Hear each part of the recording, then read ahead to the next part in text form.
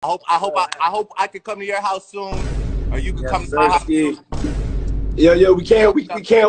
We can't wait. For years, the hip-hop world held its breath. Whispers of a legendary feud, shrouded in mystery, have captivated fans. But now, the silence is broken.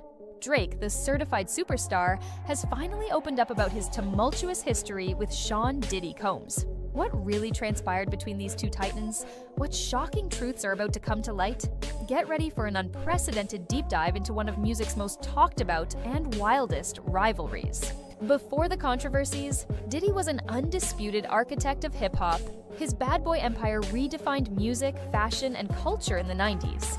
He cultivated an image of lavish success, throwing legendary parties and mentoring countless artists. His influence was immense, a kingmaker who could launch careers and set trends with a single move. This era solidified his position as a true mogul, commanding respect across the industry. Diddy's ventures extended far beyond music. He successfully launched fashion lines, built a formidable spirits brand, and ventured into media. This diversification showcased his keen business acumen and relentless ambition, transforming him from a music producer into a global entrepreneur. His public persona was meticulously crafted, projecting an image of untouchable success, attracting the biggest names in entertainment and solidifying his formidable legacy. Despite his towering success, Diddy always maintained a certain aura of mystery, particularly when it came to his personal dealings and any industry conflicts. He was a master of controlling his narrative, often choosing strategic silence over direct confrontation in public forums. This approach contributed to his mystique, allowing whispers and rumors to circulate while he continued to build his empire seemingly unbothered by external noise. Across the continent, a new sound was brewing. Drake emerged from Toronto, quickly captivating audiences with his unique blend of rapping and singing. His vulnerability, charisma, and undeniable hit-making ability propelled him to global superstardom. His rise was meteoric, a continuous stream of chart-topping albums and record-breaking tours that established him as a dominant force in modern music. He built a loyal fan base and a formidable presence. Drake's artistry wasn't just about hits, it was about connecting with a generation. His lyrics resonated deeply, exploring themes of love, ambition, and introspection in a way few others could. He cultivated a brand that felt relatable yet aspirational, solidifying his status as a cultural icon. His trajectory was one of constant evolution, never resting on past successes, always pushing boundaries. Even as he soared, Drake maintained a keen awareness of hip-hop history and its titans. He often spoke of those who came before him, acknowledging their influence while simultaneously charting his own course. This blend of respect and ambition allowed him to carve out a unique lane, becoming a force both within and beyond the established industry structure, positioning him as an equal among legends. Initially, the connection between Diddy and Drake appeared cordial, even promising. Diddy, always with an eye for talent, was reportedly aware of Drake's burgeoning career. There were public acknowledgments of mutual respect, and even talks of potential collaborations or business ventures. They were two powerful figures from different generations, seemingly poised for a respectful professional relationship. However, the exact nature of their early interactions, particularly concerning business deals, became a subject of debate. Rumors circulated about agreements, unfulfilled promises, or misunderstandings related to music rights or production credits. These unspoken details would later become crucial pieces in the puzzle of their escalating tension, hinting at underlying issues beneath the surface of public amicability. Diddy's role as a mentor in the industry was well known, having guided many artists to success. Yet, the question often lingered: how far did his influence extend? Were his relationships always purely collaborative, or did they sometimes involve unwritten rules of engagement? These dynamics would become central to understanding how a seemingly small disagreement could escalate into a major feud. Then, the narrative shifted dramatically. Reports exploded about a physical altercation involving Drake and Diddy outside a Miami nightclub. Details were initially scarce and conflicting, fueling intense speculation. This alleged confrontation became a major talking point, marking a turning point from a seemingly cordial acquaintance to undeniable, unspoken animosity between the two stars. A key component of the alleged Miami incident reportedly revolved around the beat for what would become Drake's massive hit, Hotline Bling. The producer allegedly offered the beat to Diddy first, who either passed on it or delayed. Drake then acquired it, turning it into a global phenomenon. This perceived slight became a public symbol of their growing tension. Following the incident and the Hotline Bling saga, fans eagerly dissected Drake's lyrics for subtle jabs and perceived disses. Drake, a master of indirect shade and coded messages in his music, provided ample material for speculation. Lines on various tracks were scrutinized, with many believing they contained thinly veiled shots at Diddy. Throughout the escalating speculation and Drake's perceived jabs, Diddy largely maintained a public silence on the matter. He rarely addressed the incident or the rumors directly in interviews or on social media. His focus remained on his expansive business empire and his established legacy, projecting an image of being unbothered by the unfolding drama. This public silence from Diddy, however, was often interpreted by fans as either strategic indifference, a refusal to dignify the claims, or perhaps an acknowledgement of unresolved issues. It allowed the mystery to deepen, fueling more theories and keeping the public's curiosity alive about the true nature of their strained relationship. Despite the personal tensions, Diddy continued to expand his empire, seemingly undeterred. His moves in various industries continued to command attention, solidifying his position as a dominant force. This resilience in the face of underlying conflict showcased his unwavering commitment to his brand and legacy, irrespective of personal disputes. Even amidst the lingering tension, Drake's career continued its unprecedented trajectory. He consistently broke streaming records, sold out arenas worldwide, and released a string of critically acclaimed, commercially successful albums. His artistic output remained relentless, cementing his status as a generational artist. This undeniable success provided Drake with an even larger platform and perhaps the confidence to finally address past conflicts on his own terms. His rising power meant he no longer needed to defer to established figures, giving him the leverage to speak his truth from a position of strength and unprecedented influence. Drake's approach to conflict has often been calculated and impactful, favoring strategic moves over impulsive outbursts. His decision to remain silent for years, then to finally speak, suggests a deliberate timing. This waiting game allowed the narrative to mature, creating maximal impact when he finally decided to shed light on the truth.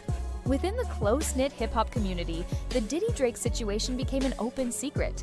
Industry insiders, artists, and executives likely had their own understanding of the underlying friction.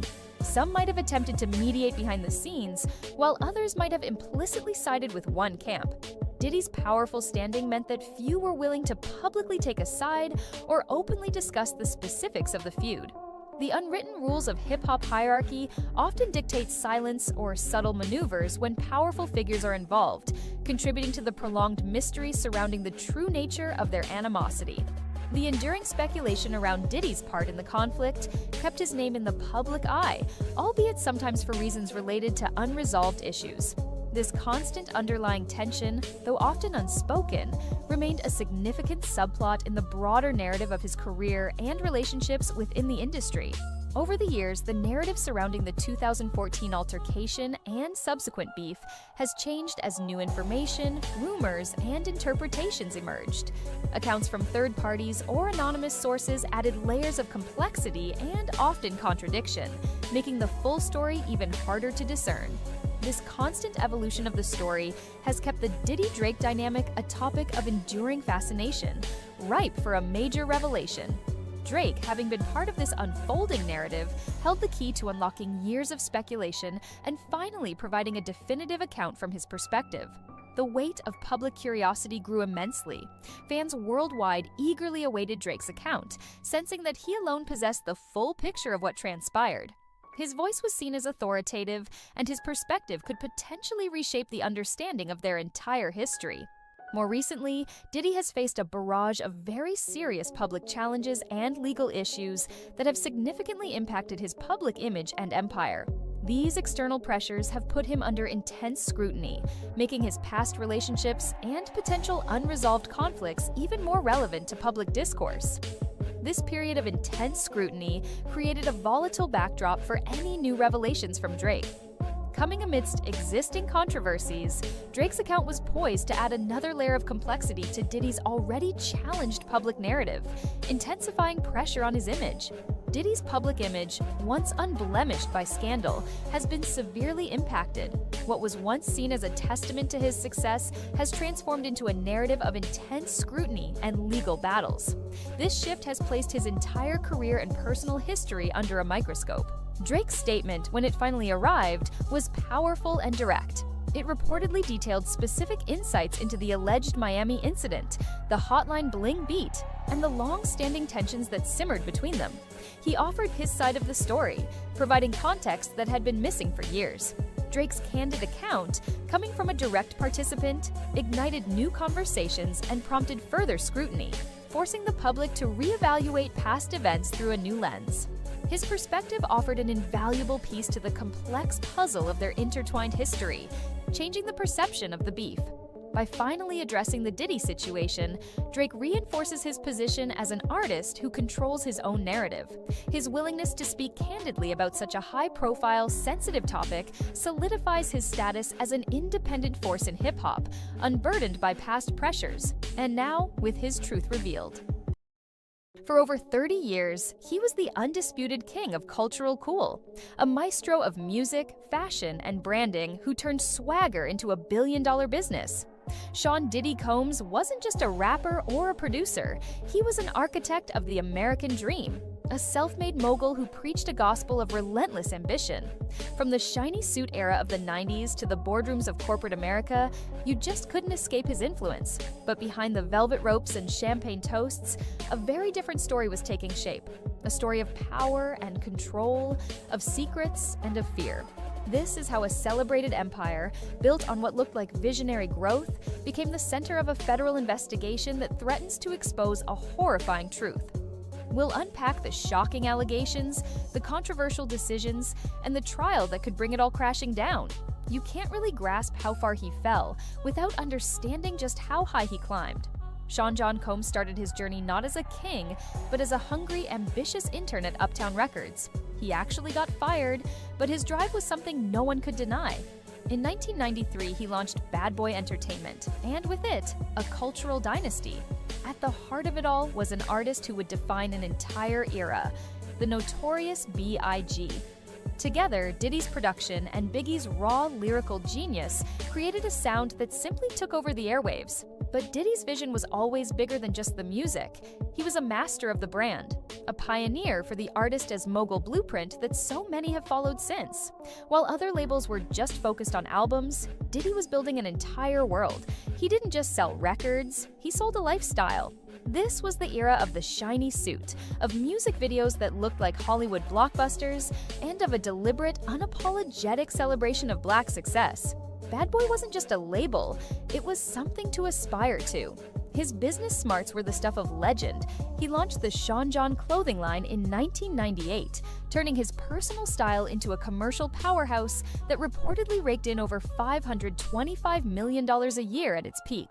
The brand wasn't just sold in stores, it was a cultural statement, even winning a prestigious award from the Council of Fashion Designers of America. Then came the liquor. His partnership with Diageo to market Ciroc vodka was a masterclass in branding. He didn't just endorse the product, he was the product. Parties, events, songs. Ciroc became synonymous with the high life he was selling. The deal was incredibly profitable, reportedly earning him tens of millions every year and cementing his status as a business titan. He kept expanding, launching the Revolt TV network in 2013, a media company aimed right at a young, multicultural audience.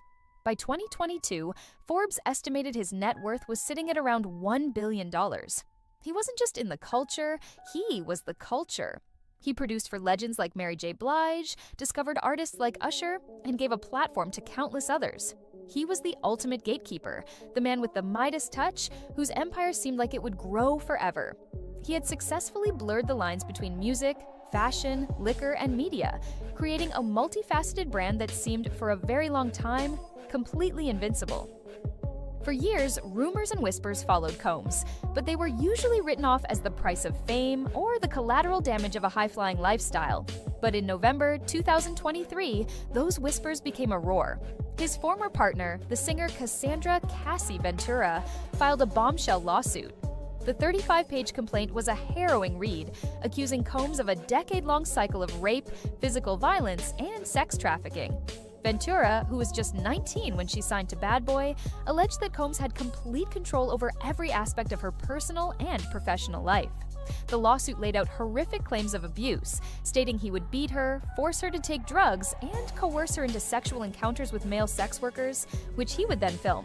One of the most disturbing allegations involved an incident where she claimed Combs forced his way into her home and raped her after she tried to end their relationship in 2018. The lawsuit sent shockwaves through the industry. Combs' lawyer immediately fired back, denying the offensive and outrageous claims. Then, just 24 hours after it was filed, the lawsuit was settled for an undisclosed amount. It was later revealed during his trial that the settlement was for $20 million. While the settlement stopped the civil case, it did the exact opposite of quieting the story. It was a catalyst. For many, the quick settlement wasn't an admission of guilt, but it definitely wasn't a sign of innocence either. It showed a crack in the armor of an icon who had seemed untouchable for decades. Months later, in May 2024, the abstract claims in the lawsuit became terrifyingly real. CNN got its hands on a chilling piece of surveillance footage from a Los Angeles hotel dated March 5, 2016. The video, which matched an incident described in Ventura's lawsuit, showed Combs wearing only a towel chasing Ventura down a hallway. He grabs her, throws her to the ground, and kicks her repeatedly. He then tries to drag her back towards a room. The silent, grainy footage was more powerful than any words could be. It was a raw, undeniable picture of violence. After it was released, Combs issued a public apology calling his actions inexcusable and saying he was truly sorry. But for the public and for law enforcement, the video was the point of no return. It gave horrifying weight to the claims that were about to come flooding in. Cassie Ventura's lawsuit didn't just open a crack, it blew the floodgates wide open. In the weeks and months that followed, a cascade of lawsuits were filed against Sean Combs, each one painting a similar, deeply disturbing picture of abuse, control, and exploitation. The allegations stretched back decades, from the 1990s all the way to recent years. A woman, identified only as Jane Doe, filed a suit alleging that Combs and two other men had gang raped her in his New York studio back in 2003, when she was just 17. Another explosive lawsuit came from a former music producer, Rodney Lil Rod Jones. Jones, who worked on Combs' The Love album, accused the mogul of repeated sexual harassment and assault. His lawsuit claimed he was forced to find sex workers and take part in unwanted sexual acts, and that he was drugged on a regular basis. Jones's complaint also said he had video and audio evidence to back up his claims, including recordings of Combs and his crew involved in illegal activities. And the accusations just kept mounting. Another woman, April Lampros, a former fashion student, alleged Combs had sexually assaulted her multiple times in the mid-1990s. The pattern described across these lawsuits was eerily consistent: lavish parties that allegedly turned into coercive, drug-fueled sex events, often involving sex workers and sometimes even minors. The accusers described a man who allegedly used his incredible power, wealth, and influence to intimidate, manipulate, and ultimately silence his victims.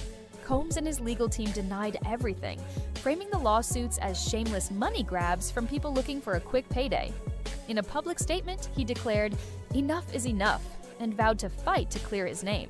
But the sheer number and consistency of the claims pointed to something far more sinister than a few opportunistic lawsuits. It suggested a potential pattern of behavior that had been hiding in plain sight for years, protected by a wall of power and a culture of silence. The very industry that had celebrated his every move was now being forced to confront the dark reality of what one of its most powerful figures was being accused of. On March 25, 2024, the storm around Sean Combs escalated from civil lawsuits to a full-blown federal criminal investigation. In a move that felt like something out of a movie, Homeland Security agents conducted simultaneous raids on Combs' massive mansions in Los Angeles and Miami. News helicopters broadcast the dramatic footage live. federal agents in tactical gear swarming the properties, seizing phones, computers, hard drives, anything that could be potential evidence. The raids were a loud and clear signal. The government was taking these accusations very, very seriously. The investigation was focused on sex trafficking. 6 months later, on September 16, 2024, it all came to a head. A federal grand jury in New York indicted Sean Combs. He was arrested and hit with charges of racketeering conspiracy, sex trafficking, and transportation for the purposes of prostitution. The indictment was a stunning document. Prosecutors alleged that for decades, Combs had been running his massive business empire as a criminal enterprise. The official document claimed that Combs, as the leader of the Combs enterprise, abused, threatened, and coerced women and others to satisfy his sexual desires and to protect his reputation. This enterprise, prosecutors argued, was involved in a laundry list of crimes, including sex trafficking, kidnapping, bribery, and obstruction of justice. A central piece of the indictment was the description of events called freak-offs. Prosecutors described these as elaborate, often filmed sexual performances that Combs allegedly orchestrated, frequently involving commercial sex workers. The indictment alleged he used drugs to make his victims compliant and subjected them to physical and emotional abuse to force them to participate. The government's top prosecutor for the region, Damian Williams, announced the charges, highlighting just how serious they were and the decades-long pattern of alleged abuse. Combs pleaded not guilty to all charges, but the indictment itself was a catastrophic blow. This wasn't just about individual acts. It was about the alleged weaponization of his entire business structure to commit and cover up horrific crimes. The visionary mogul was now being painted by the federal government as a racketeer, the head of a criminal organization hiding behind the mask of a global brand. The story of Sean Combs brings up some big questions about fame, power, and accountability in the entertainment world. Is this a case of one man's downfall, or does it point to a much deeper problem in the industry? Let us know what you think in the comments. And if you want more deep dives into the stories shaping our culture, make sure to subscribe and hit that notification bell. The legal firestorm immediately tore through the financial empire Combs had spent his entire life building. The brands and institutions that once tripped over themselves to be associated with his name now ran for cover. The fallout was fast and it was brutal. Peloton, the fitness giant, quickly paused the use of all Diddy's music on its platform. The charter school he co-founded in Harlem, Capital Preparatory, cut all ties with him, saying it was for the health of the organization. His honorary degree from his alma mater, Howard University, was taken back. Empower Global, his e-commerce site for Black-owned businesses, saw a mass exodus of partners. At least 18 companies publicly pulled their products, with many founders saying the allegations went directly against their values. But maybe the biggest hit came from the world of fashion and retail. Macy's, a longtime seller of the Sean John brand, dropped the line from its stores. The incredibly lucrative partnership with the spirits giant Diageo, the engine behind his Ciroc and DeLeon brands, had already ended in January 2024 over a separate lawsuit.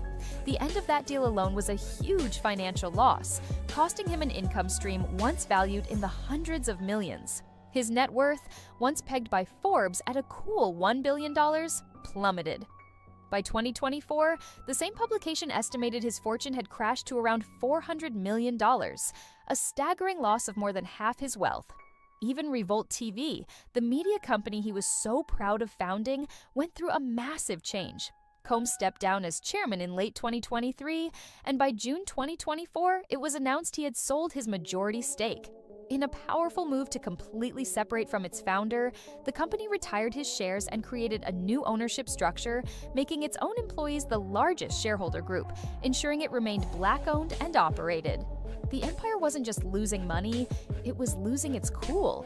The name Diddy, once a synonym for success and aspiration, was now forever tied to heinous allegations and a federal criminal trial. The visionary had become a pariah. On May 12, 2025, the trial of the United States versus Sean Combs kicked off in a Manhattan federal courtroom.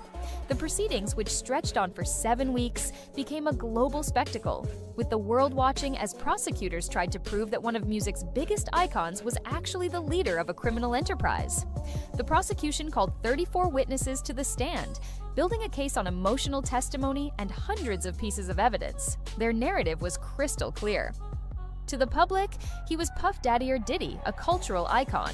But there was another side to him, one prosecutor declared in their opening argument. They argued that Combs systematically used his wealth, his employees, and his influence to orchestrate and hide criminal behavior for years. Key witnesses included several accusers who gave graphic and emotional testimony. Cassie Ventura, a star witness for the prosecution, took the stand and recounted years of alleged physical, emotional, and sexual abuse. Other accusers, some testifying with pseudonyms to protect their identity, described similar patterns of alleged coercion, violence, and being forced into drug-fueled freak-offs. The prosecution's argument was that these weren't consensual parties, but carefully orchestrated performances of sexual activity with commercial sex workers, where victims were manipulated and controlled. The defense, led by attorney Mark Agnifilo, fought back hard. They painted the prosecution's case as a fake trial and a wild exaggeration. Agnifilo argued that the government was trying to criminalize a swinger lifestyle and private consensual relationships. He did not do the things he's charged with, Agnifilo told the jury. He didn't do racketeering, conspiracy, and sex trafficking. The defense tried to frame the relationships as being about love, jealousy, infidelity, and money, not a criminal conspiracy. They cross-examined government witnesses for hours, trying to poke holes in their stories and highlight inconsistencies. Combs himself chose not to take the stand. Closing arguments began in late June 2025. Prosecutors presented Combs as a man who believed he was a god among men, totally above the law. The defense, in turn, mocked the government's case, arguing they were unfairly targeting Combs and turning his unconventional lifestyle into a federal crime. As the case finally went to the jury, the stakes couldn't have been any higher. If convicted, Sean Combs was facing the possibility of life in prison. The story of Sean Combs has become a deeply unsettling tale of two completely conflicting legacies. On one hand, you have the visionary, the self-made billionaire who smashed barriers and redefined what it meant to be a mogul in the modern age. He's the man who created the soundtrack for a generation and wrote the blueprint for entrepreneurial success that inspired millions. That legacy is real. His impact on music, fashion, and business is a fact of cultural history. But now, there is another story, a much darker one that threatens to erase all of it. It's the story told by dozens of accusers and prosecuted by the United States government. A story of a predator who allegedly built his empire on a foundation of violence, manipulation, and fear. It describes a man who saw people not as partners, but as property, and who used his immense power not to lift people up, but to control and abuse them. The final verdict in his trial will decide his legal fate, but the court of public opinion has already been shaken to its core. The disturbing allegations and that chilling video evidence have irrevocably destroyed his image, forcing all of us to re-examine his entire career. The whole controversy makes us ask some tough questions about the systems that allow alleged behavior like this to happen. How can a culture of celebrity, wealth, and power let such darkness fester for so long right out in the open? Whatever the outcome, the shiny suits have been stripped away for good, leaving behind a legacy that is fractured and forever in dispute. The question isn't whether Sean Diddy Combs can stop or won't stop anymore. The real question is whether the world will ever see him and the empire he built the same way again.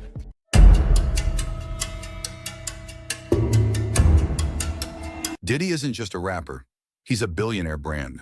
From Bad Boy Records to Ciroc Vodka, he's built an empire on music, fashion, and lifestyle. But lately, the headlines aren't about success. They're about lawsuits, raids, and disturbing claims. What happened to the man who once ruled the charts? And why is everything falling apart now? Born in Harlem in 1969, Sean Combs lost his father young. He hustled his way from intern at Uptown Records to launching Biggie's career. He was relentless, ambitious, and he turned pain into power. But those closest to him say that same drive may have created a toxic empire behind the scenes. Bad Boy Records was more than a label. It was a movement. Diddy discovered Biggie, Mace, Faith Evans, artists who defined a generation. But as his fame grew, so did his control over every detail. Some say Diddy's need for power went far beyond music. Diddy's parties were legendary, elite, extravagant, secretive. But what happened behind closed doors? Former insiders claim these weren't just parties. They were controlled environments where Diddy decided everything. The guest list, the cameras, the silence. For years, whispers followed Diddy's name: abuse, manipulation, intimidation, but nothing ever stuck. His power protected him. People stayed quiet until now. In 2023, everything changed. Lawsuits, allegations, and an FBI raid that shocked the industry. In late 2023, Diddy's ex-girlfriend Cassie filed a bombshell lawsuit. She accused him of years of abuse, control, and even trafficking. The case was settled quickly, but the damage was done. Suddenly, others began to come forward too. Cassie's lawsuit was reportedly settled for over $30 million. That number raised questions. Was Diddy trying to silence her? And if so, how many others had been paid to stay quiet? The public wanted answers, and the media wasn't letting go. After Cassie's case, more people came forward, men and women. Their claims echoed the same themes: control, fear, and retaliation. Diddy denied everything, but for the first time, it felt like his power was slipping. In March 2024, Homeland Security raided Diddy's homes in Los Angeles and Miami. It wasn't just a celebrity scandal anymore. It was a criminal investigation. Federal agents reportedly seized electronics and other evidence. The world watched in shock. During the raid, Diddy's sons were reportedly present. Videos showed them being escorted out. It raised questions about how deep this situation really goes and how much his family might have known. What's most shocking is how quiet Diddy's inner circle has been. Former collaborators, artists, even friends, few have spoken out. Some say it's loyalty, others say it's fear. Because when Diddy burns bridges, he burns them fast. Brands once lined up to work with Diddy. Now they're going silent. Ciroc has distanced itself. Events stopped inviting him. It's the classic Hollywood retreat. They'll support you until you become a liability. Some now believe Diddy lived a double life, the glamorous mogul by day and something darker by night. Allegations speak of surveillance, threats, and control. Was it all carefully hidden behind fame? Despite it all, Diddy's influence on music can't be denied. He created legends. He changed the sound of hip-hop. But can we separate the art from the artist? That question is now at the center of everything. Through lawyers and statements, Diddy has denied all allegations. He calls them false, defamatory, and driven by money. But with investigations growing and the public demanding answers, denial may not be enough. As the legal battles mount, Diddy has largely remained out of the public eye. Despite his silence, sources close to him claim he's fighting a personal and professional crisis like never before. Friends and family wonder whether the man who once commanded the room can ever return to the spotlight, or if this scandal will be his undoing. Beyond the spotlight, Diddy's empire stretches far. From record labels to real estate, he built an intricate network. But some now believe there may be darker corners to this empire. From shadow companies to secretive financial dealings, questions linger. Was Diddy hiding more than just his personal life? Diddy's luxury lifestyle was always in the public eye, but insiders claim that his extravagant wealth masked a need for total control. The private jets, the mansions, the yachts, they were all part of a carefully curated image. But what if that same control was the foundation of his empire's darker side? Diddy's rise wasn't just about ambition. It was also about fear. Those who worked with him claimed that Diddy ruled with an iron fist, using fear and intimidation to maintain his dominance. From verbal abuse to calculated retaliation, no one was safe. What was the real cost of his power?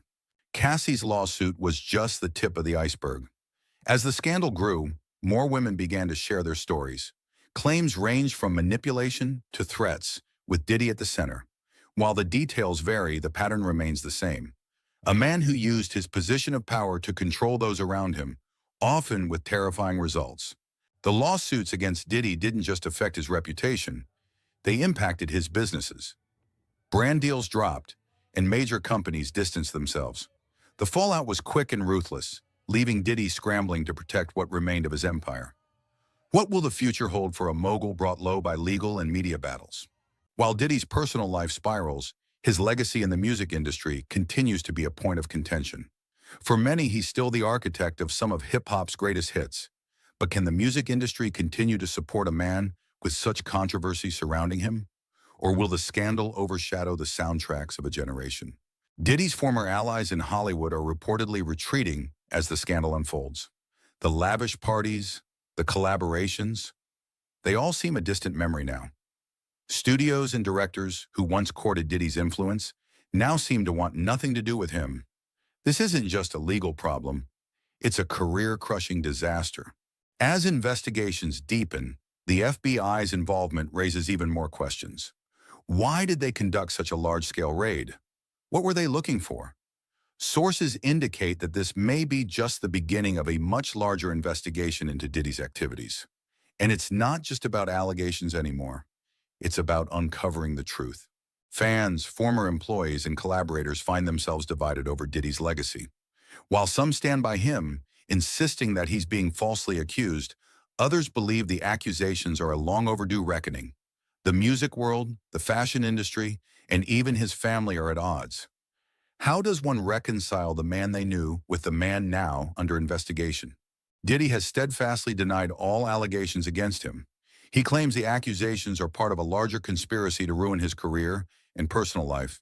But with each new allegation, his denials seem less convincing. How long can he maintain this defense as more evidence comes to light? The media has turned Diddy's downfall into a spectacle. Every new development is dissected, analyzed, and broadcasted. Some argue it's a feeding frenzy. Others say it's justice being served. But one thing is clear. Diddy's every move is now under the microscope, and the public is more curious than ever about what happens next. Behind every celebrity's rise is a story of sacrifice, ambition, and often darkness. Diddy's career may be the ultimate example of the price of fame. His story isn't just about music, success, or wealth. It's about how the desire for control, power, and influence can corrupt even the most untouchable moguls. Diddy's family is now in the spotlight. His sons, once seen as heirs to his empire, are being pulled into the controversy. Videos surfaced showing them being escorted out of the house during the FBI raid. How much do they know? And how will they carry on with the weight of their father's scandal looming over them? As Diddy faces multiple legal battles and a career at its lowest point, questions about his future remain unanswered.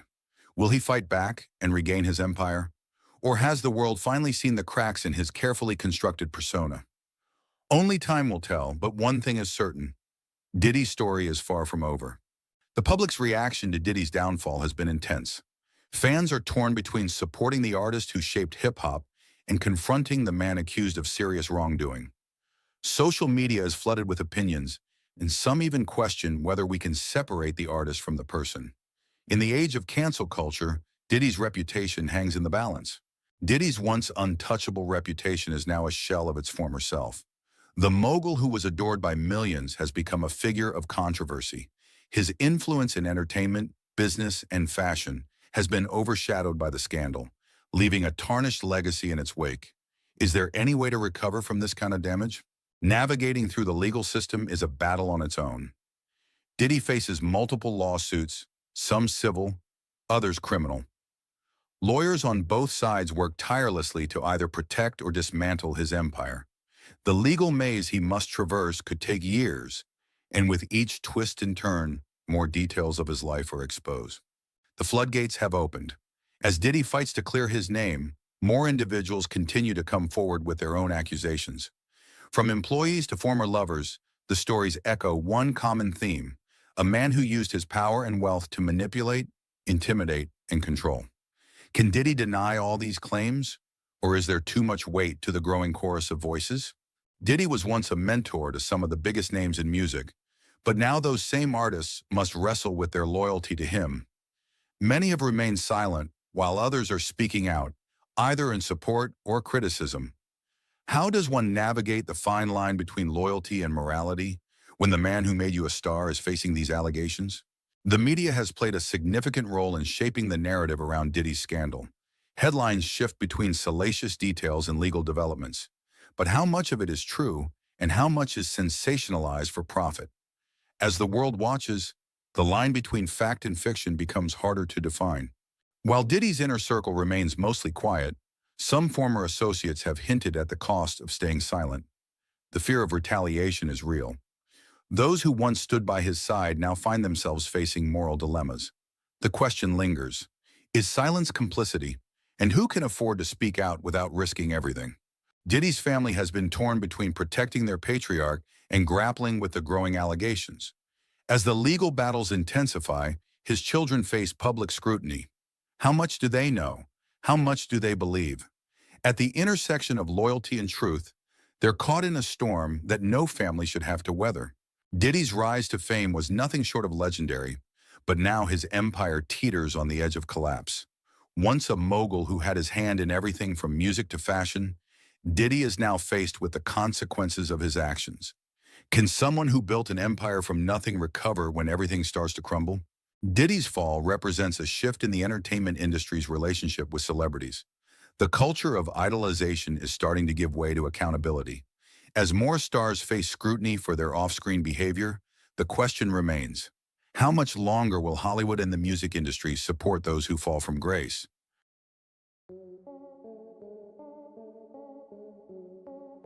Jay-Z and Diddy were once inseparable, but today their bond is broken, and it all started with a series of shocking moves that changed everything. How did their empire-building friendship go from powerhouses to legal nightmares? Watch to find out the explosive details. Jay-Z and Diddy's early days in the hip-hop game were about mutual respect and shared goals.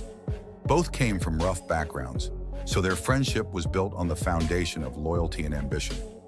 In the late 90s, they would often be seen together at events, each contributing to the other's rise. As Jay-Z solidified himself as a rapper and Diddy as a mogul, they were seen as two of the most influential men in hip-hop. But like many relationships in the entertainment industry, things weren't always as they seemed. While Jay-Z was rising in the rap scene, Diddy had already established himself as one of the most powerful figures in the music industry. Bad Boy Records was more than just a label. It was a force. With artists like Biggie Smalls, Diddy created an empire. But was Diddy's influence too much? As he expanded his business ventures and signed more artists, Jay-Z watched from the sidelines. Could Diddy's growing empire overshadow Jay-Z's rising influence? Jay-Z wasn't just a rapper, he was a visionary. Unlike Diddy, whose focus remained on music and fashion, Jay-Z expanded into various business ventures. He invested in real estate, tech companies, and even sports. His biggest move was purchasing a stake in the Brooklyn Nets in 2013. Jay-Z wasn't just about making money, he was about ownership. Could this vision create tension between him and Diddy, who was also hungry for success and empire building? Jay-Z's move to launch Tidal in 2015 caught everyone by surprise. He wasn't just launching another music streaming platform, he was looking to change the game. With the help of other big-name artists, Jay-Z aimed to offer better pay and control for musicians. But how did Diddy react? With the success of his own ventures, was this Jay-Z's challenge to Diddy's position as the hip-hop mogul? As Jay-Z's Tidal began to make waves in the music industry, the cracks in his relationship with Diddy began to show. Diddy, who had long been the go-to mogul in hip-hop, began to feel the competition. Tidal's success threatened to overshadow his own projects, especially as the platform gained traction with top-tier artists. While Diddy didn't publicly comment on it, the shift in their relationship was apparent to those close to them. Diddy wasn't going to let Jay-Z dominate the streaming space without a fight. Shortly after Tidal launched, Diddy ramped up his efforts with his own ventures, including Revolt TV and partnerships with other artists. His reaction seemed to be a direct response to Jay-Z's growing influence. Was this the beginning of the end for their long-standing friendship? Jay-Z wasn't shy about his ambitions, and he made sure everyone knew that he was here to stay. After Tidal's launch, Jay-Z also entered the world of fashion and branding. He partnered with brands like Puma, and his clothing line, Ruka Wear, continued to succeed. But his moves weren't just about making money. It was a statement that he could compete on every level with Diddy, and that put him in direct competition with his former friend. While Jay-Z was focusing on expanding his empire, Diddy found himself dealing with legal troubles. Rumors of lawsuits and business disputes began circulating. Diddy's legal battles, including issues with the security company he hired, were starting to spill into the media. Was Diddy distracted by his own legal woes, or was this part of a larger power struggle between him and Jay-Z? By now, whispers of a feud between Jay-Z and Diddy were growing louder. It wasn't just business anymore. There was personal tension. The once strong friendship had deteriorated, with Jay-Z's moves in the music industry and Diddy's retaliation creating a rift. Could they reconcile, or was this the point of no return? The tension between them was reaching its peak, and no one knew what would happen next. Jay-Z wasn't just content with dominating the rap game. He expanded into every corner of the business world. His stakes in various industries made him a mogul in his own right. Beyond music, Jay-Z focused on fashion, sports, and tech. He partnered with brands like Puma, launched his liquor brand, and even owned a stake in the Brooklyn Nets. His rise as an entrepreneur made him a competitor to other moguls, including Diddy. Could Jay-Z's calculated business ventures pose a real threat to Diddy's empire? Or was he just carving his own path? While Jay-Z was solidifying his position in various industries, Diddy faced financial challenges that raised eyebrows. The mogul found himself dealing with the fallout from the 2012 acquisition of Ciroc and other ventures. Despite being a powerhouse in music and entertainment, Diddy's financial situation wasn't as secure as it appeared. Some speculated that he was trying to maintain his lavish lifestyle while juggling multiple business interests. Was this a sign of cracks in Diddy's empire? How would Jay-Z, who was flourishing, react to his old friend's financial troubles? The tension between Jay-Z and Diddy began to grow as both men expanded their empires. Diddy's focus on entertainment and music continued to clash with Jay-Z's expansion into different industries. The two moguls seemed to be pulling in different directions, with one increasingly involved in fashion and sports, while the other remained entrenched in music and media. As their business interests continued to clash, so did their relationship. The friendly competition started to feel more like a full-blown rivalry. As Diddy's business empire expanded, so did his legal issues. In 2019, he faced a lawsuit over the wrongful termination of his security guard. This only added to the pressures Diddy was already facing. Meanwhile, Jay-Z, while not in the public eye as much, continued to build his influence quietly. He made key business moves that would expand his reach even further. With Diddy's legal issues mounting, Jay-Z seemed to stay focused on his own path. But would his silence speak volumes? Jay-Z made a historic move in 2013 by becoming a part owner of the Brooklyn Nets, making him one of the first African-American owners in major professional sports. This move was a major statement not only in the sports industry, but also in the world of entertainment and business.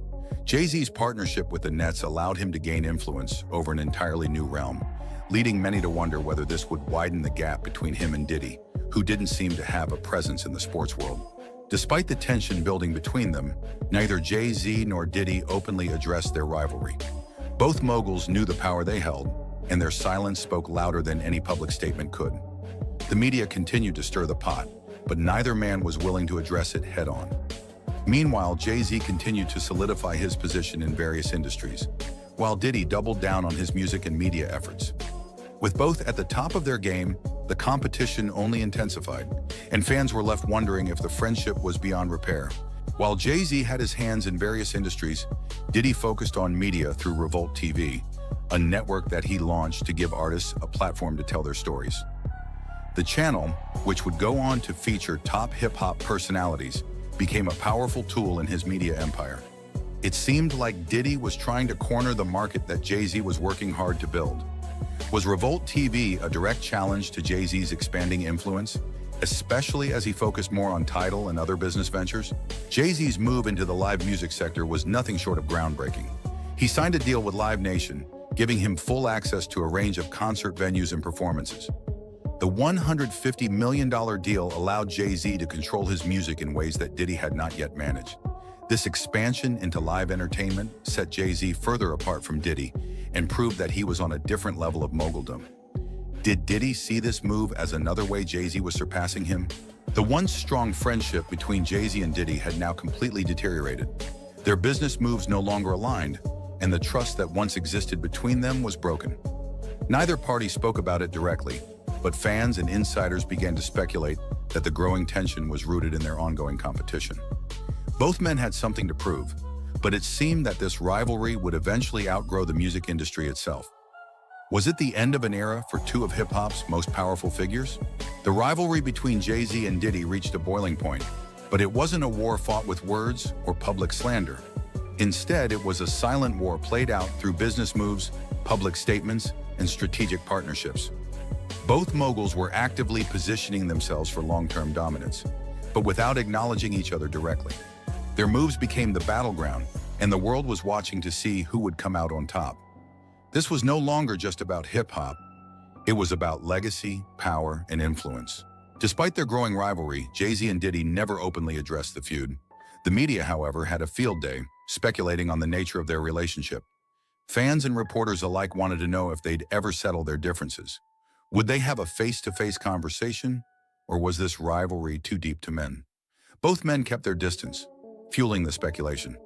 But was this all just part of the game? Diddy has always been known for luxury, yachts, champagne, and over-the-top parties. But as public interest in wealth shifted towards substance and transparency, his flashy persona began attracting criticism. Some started to question whether Diddy's wealth was sustainable or simply a curated image. The extravagant lifestyle also brought legal eyes to his assets, as lawsuits loomed in the background. In contrast to Jay-Z's quiet billionaire moves, Diddy's image was louder, riskier, and potentially damaging. Was the flashy persona a mask for a crumbling empire? While Diddy attracted attention through spectacle, Jay-Z started rebranding himself as a reserved cultural strategist. He aligned with major causes like criminal justice reform and economic empowerment in the Black community. From working with Meek Mill to founding Reform Alliance, Jay-Z's moves made headlines not for drama, but impact. His pivot from flashy rapper to cultural mogul gave him credibility beyond entertainment. It wasn't just about the money, it was about legacy. Every silent step he took seemed calculated to widen the gap between him and rivals like Diddy. Despite the controversies, Diddy's mark on modern music remains undeniable. From Biggie to French Montana, his fingerprints are all over hip-hop's evolution. He's more than a mogul, he's a tastemaker.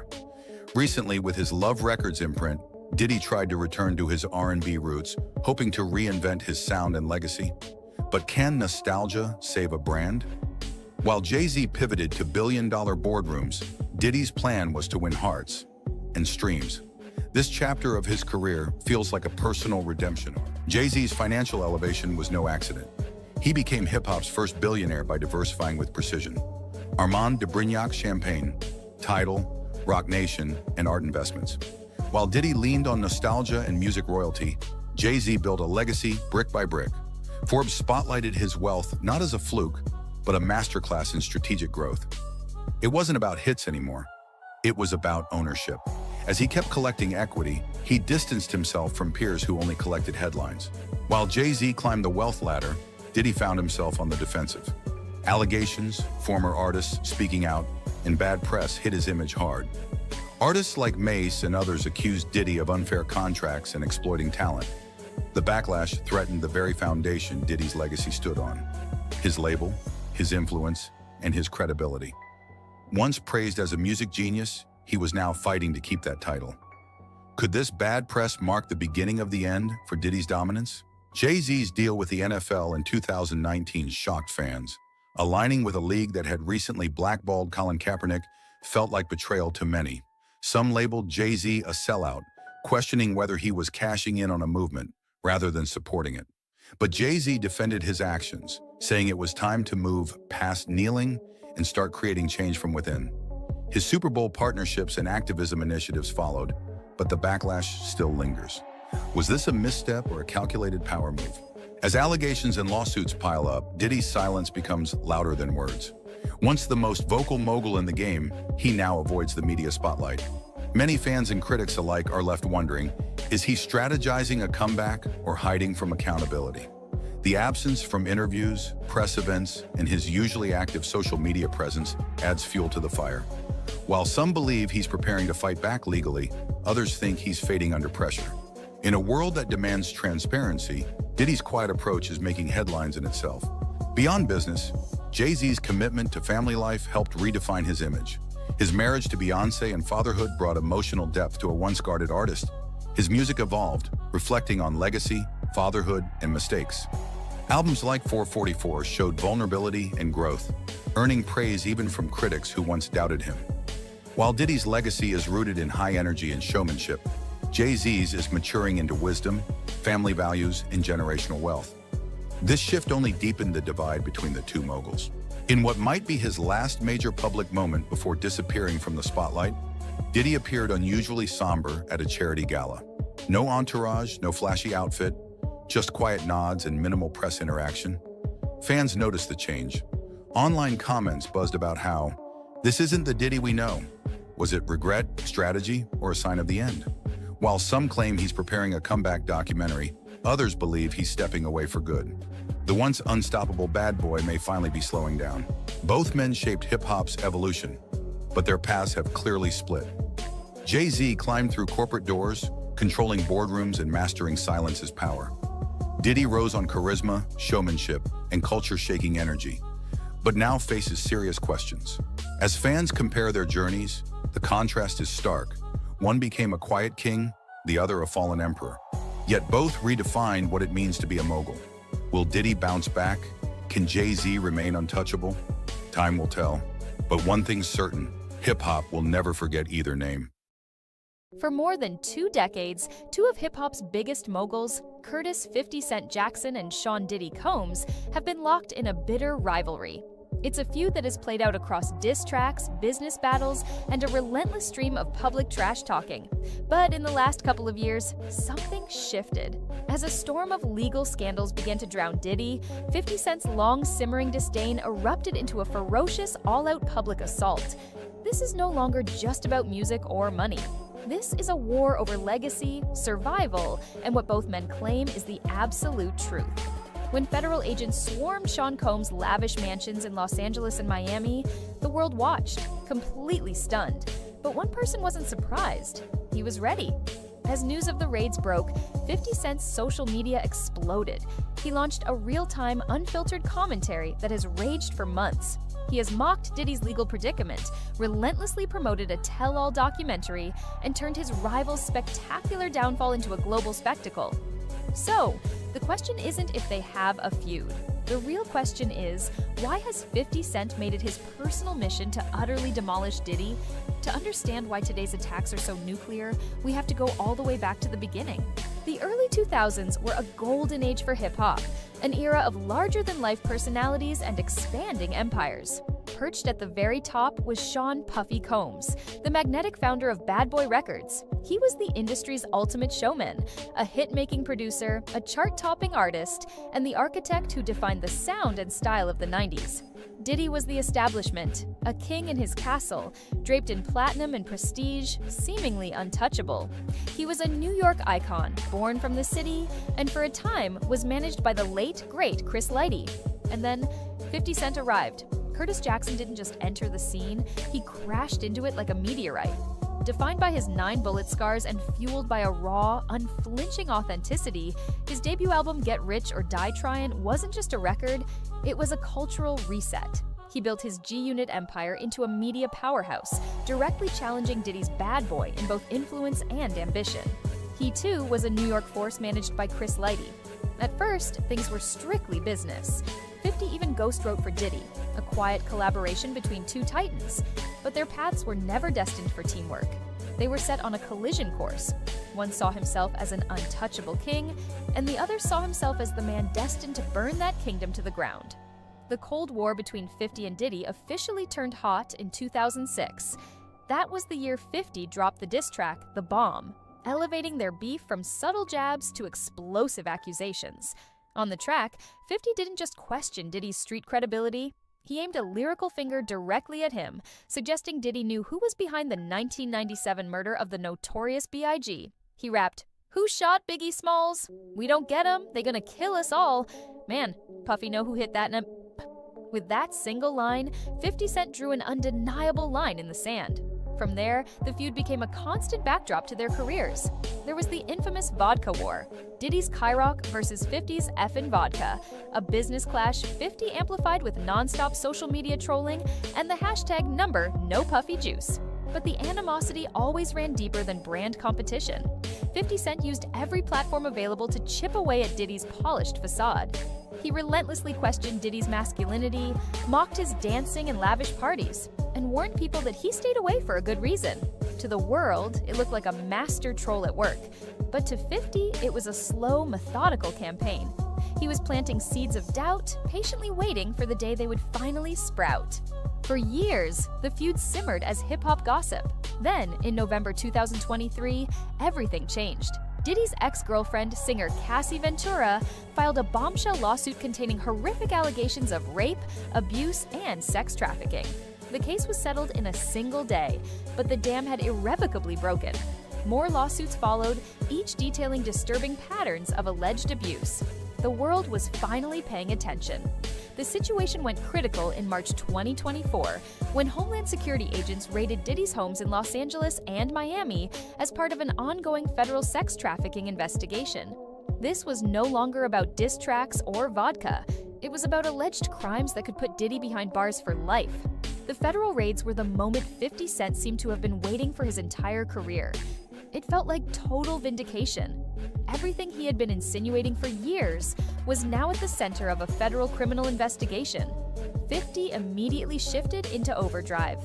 He announced he was producing a documentary about the allegations, tentatively titled Diddy Do It, and revealed it had been picked up by Netflix. He also pledged that all proceeds his company receives would be donated to victims of sexual assault. His Instagram transformed into a 24/7 news channel dedicated to the case, flooded with savage memes, jokes, and commentary. As the legal proceedings unfolded with shocking testimony, 50 was right there, using every development to ridicule the disgraced mogul. This was no longer just trolling. It was a public takedown, executed with surgical precision. So, what is the true motive behind this relentless two-decade campaign? The reality is, it's not one single thing.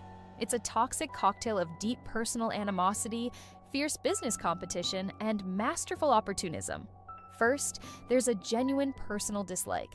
50 Cent has been clear. They were never friends. He views Diddy as the embodiment of an exploitative industry, a soft executive faking a tough persona.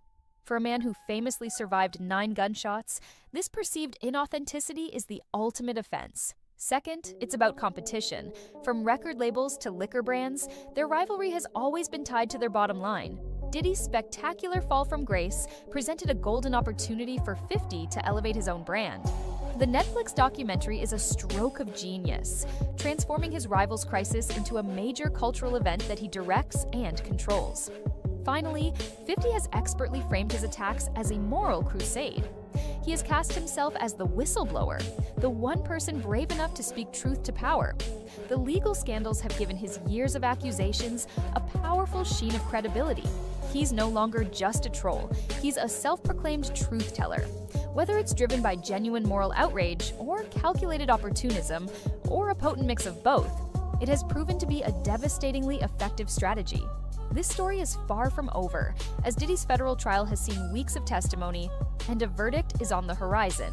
What do you believe is the main force behind 50 Cent's campaign? Is it a personal vendetta, a brilliant business move, or something more complex? Share your thoughts in the comments below. And if you want to stay on top of the biggest stories in music and culture, make sure to subscribe and hit that notification bell. The saga of 50 Cent versus Diddy has morphed from a standard hip-hop beef into a seismic cultural moment. It has transcended music, evolving into a raw story about power, abuse, and the demand for accountability. 50 Cent's endgame appears to be nothing less than the complete obliteration of his rival's legacy. It isn't enough for Diddy to be exposed. He must be erased. The relentless social media onslaught, the highly anticipated documentary, and the constant public pressure are all weapons aimed at a single target, ensuring that Sean Diddy Combs is remembered not as a music icon, but as a cautionary tale. This feud reveals the brutal dynamics of power and the tangled motivations of human conflict. It is a story of a 20-year grudge that found its perfect catalyst in a national scandal, relentlessly driven by an enemy who is as vicious as he is patient.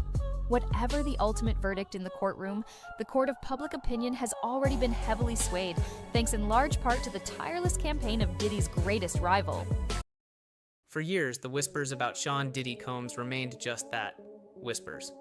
But now, one of hip-hop's most relentless figures, 50 Cent, has taken it upon himself to rip back the curtain. Prepare for an explosive journey into the hidden world of Diddy's secret ties and relationships, as 50 Cent lays bare what he claims are the deepest, most shocking connections you truly won't believe. The truth is finally being unmasked. 50 Cent has never been one to shy away from controversy. Known for his brutal honesty and willingness to speak his mind, his career was built on dismantling reputations and exposing perceived truths. But in recent times, his focus has sharpened, shifting from industry beefs to something far more ambitious: acting as the unofficial public investigator into the alleged secrets of Sean Diddy Combs. 50 Cent isn't just taking shots, he's demanding transparency, promising to unmask Diddy's hidden connections and relationships to the world. His history suggests he won't stop until he gets answers. For 50 Cent, social media isn't just a platform, it's a weapon of mass exposure. He meticulously uses Instagram and Twitter to disseminate his claims and insights about Diddy, often posting screenshots, news articles, and biting commentary that goes viral instantly. This digital warfare allows him to bypass traditional media filters and directly reach millions, effectively controlling the narrative surrounding Diddy's alleged secrets. His posts are calculated, designed to provoke reactions and keep public attention fixed on Diddy's controversies, forcing the uncomfortable truth into the open.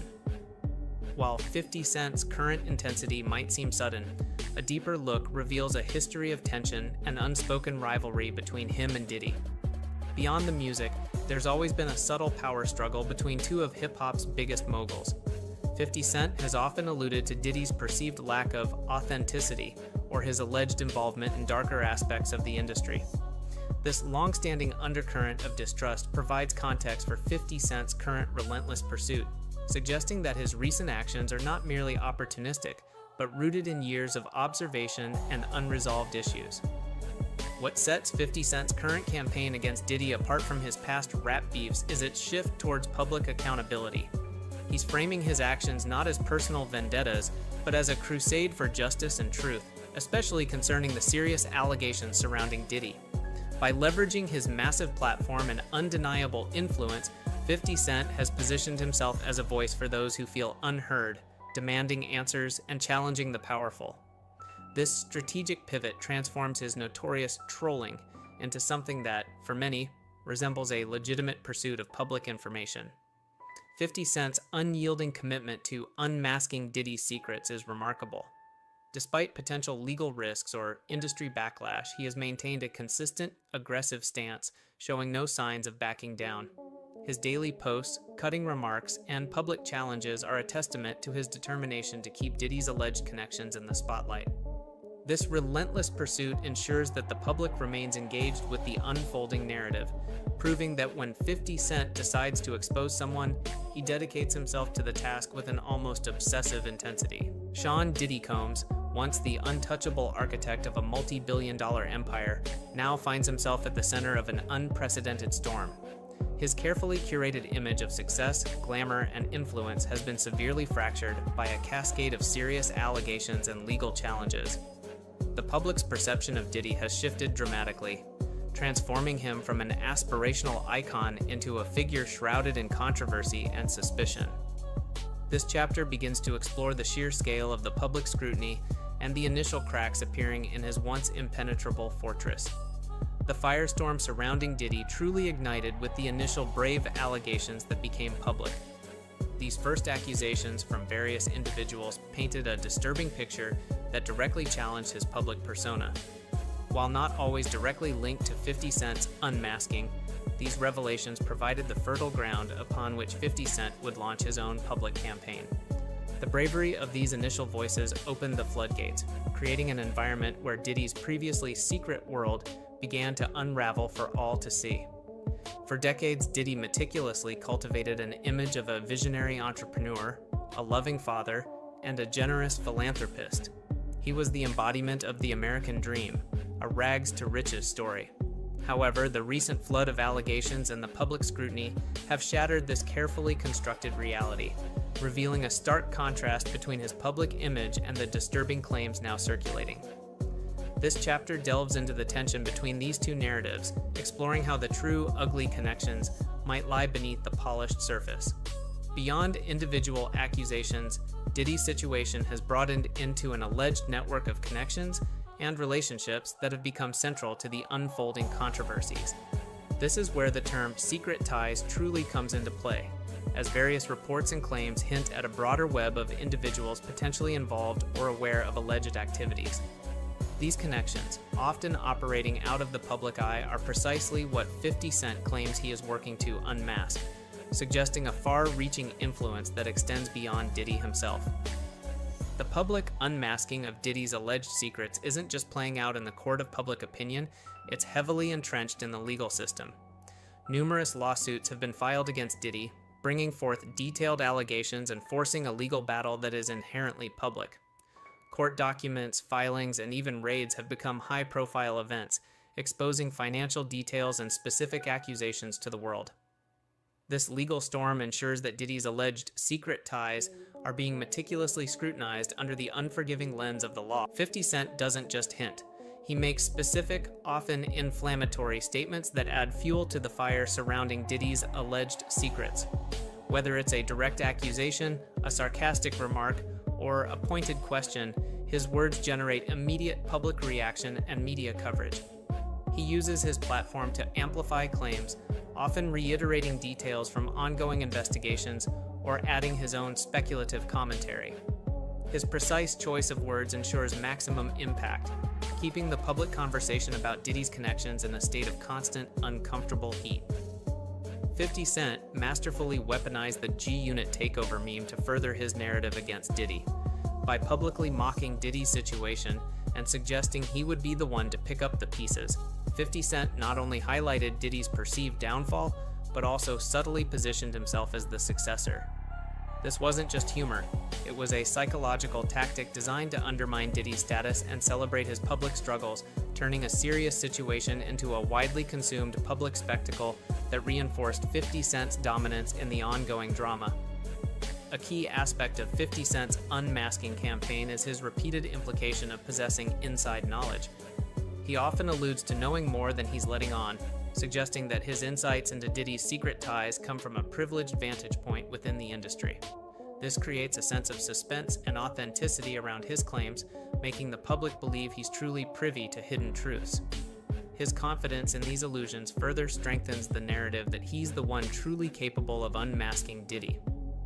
While not directly about Diddy, 50 Cent's past commentary on figures like Jay-Z, a Diddy associate, and the nature of power in hip-hop provides a parallel for his approach to Diddy's connections. 50 Cent has always been obsessed with the intricate web of power and influence. His current focus on Diddy's secret ties reflects this long-standing fascination, suggesting he views Diddy's alleged network as a corrupt manifestation of the very power dynamics he's always sought to expose or challenge within the industry. At the heart of 50 Cent's public campaign against Diddy is a consistent call for transparency. He demands that Diddy and the industry be held accountable for alleged actions and that these secret ties are brought into the light. This isn't just about sensationalism, it's about pushing for a level of public honesty that 50 Cent feels has been lacking. His relentless pressure aims to force Diddy to address the various connections and accusations directly rather than relying on a carefully constructed facade. A significant part of Diddy's alleged secrets lies within the circles he kept and the inner sanctum of his empire. Reports and claims suggest a hierarchy of relationships and connections that were tightly guarded from public view.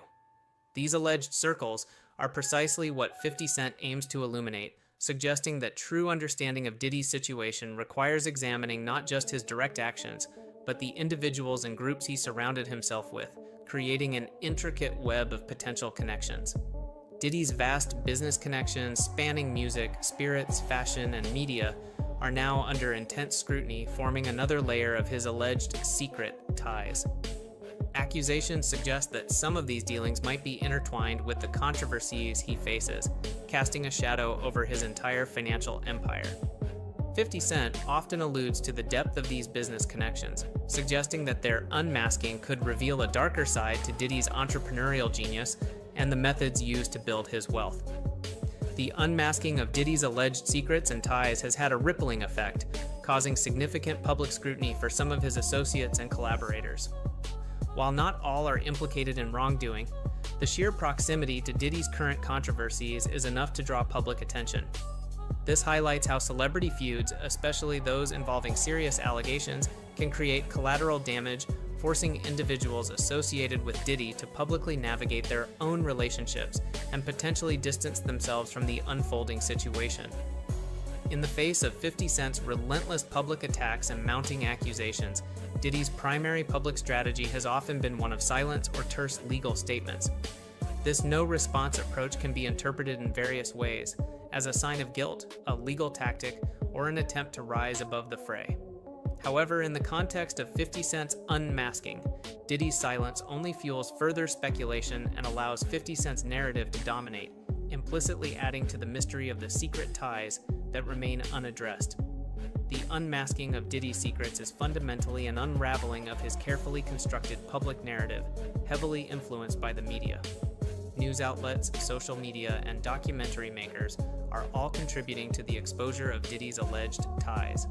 This constant media attention ensures that the secrets are not just confined to whispers, but are front-page news, dissected and debated by millions. The collective effort of media uncovers and amplifies the claims, aiding 50 Cent's mission to fully expose the connections. When 50 Cent unmasks Diddy's secrets, his public endorsement of specific claims adds a significant trust factor for many followers. Given his history of blunt honesty and his willingness to take on powerful figures, a portion of the public views his commentary as more credible than traditional media. This perception allows 50 Cent to influence public opinion profoundly, making his unmasking efforts particularly effective and ensuring that his perspective on Diddy's connections gains widespread traction among his fan base. Despite the serious nature of the allegations against Diddy, 50 Cent often injects a unique blend of comedy and dark humor into his unmasking campaign. His witty captions, sarcastic memes, and playful mockery serve to make the heavy subject matter more digestible and shareable for a wider audience. This distinct approach distinguishes him from traditional journalists and allows his exposés to go viral, effectively drawing even more eyes to Diddy's alleged secret ties through the power of entertainment and satire. The unmasking of Diddy's secrets, from 50 Cent's perspective, can also be viewed through the lens of a long-standing King of New York power struggle. Both artists have vied for dominance in the city's hip-hop landscape, with Diddy holding a historic reign. 50 Cent's current actions can be interpreted as a final blow in this perceived rivalry, attempting to dismantle Diddy's legacy and consolidate his own position. This subplot of power dynamics adds another layer to the connections 50 Cent is trying to expose. The celebrity world's reaction to 50 Cent's unmasking of Diddy's secrets has been a mixed bag of public silence and subtle support.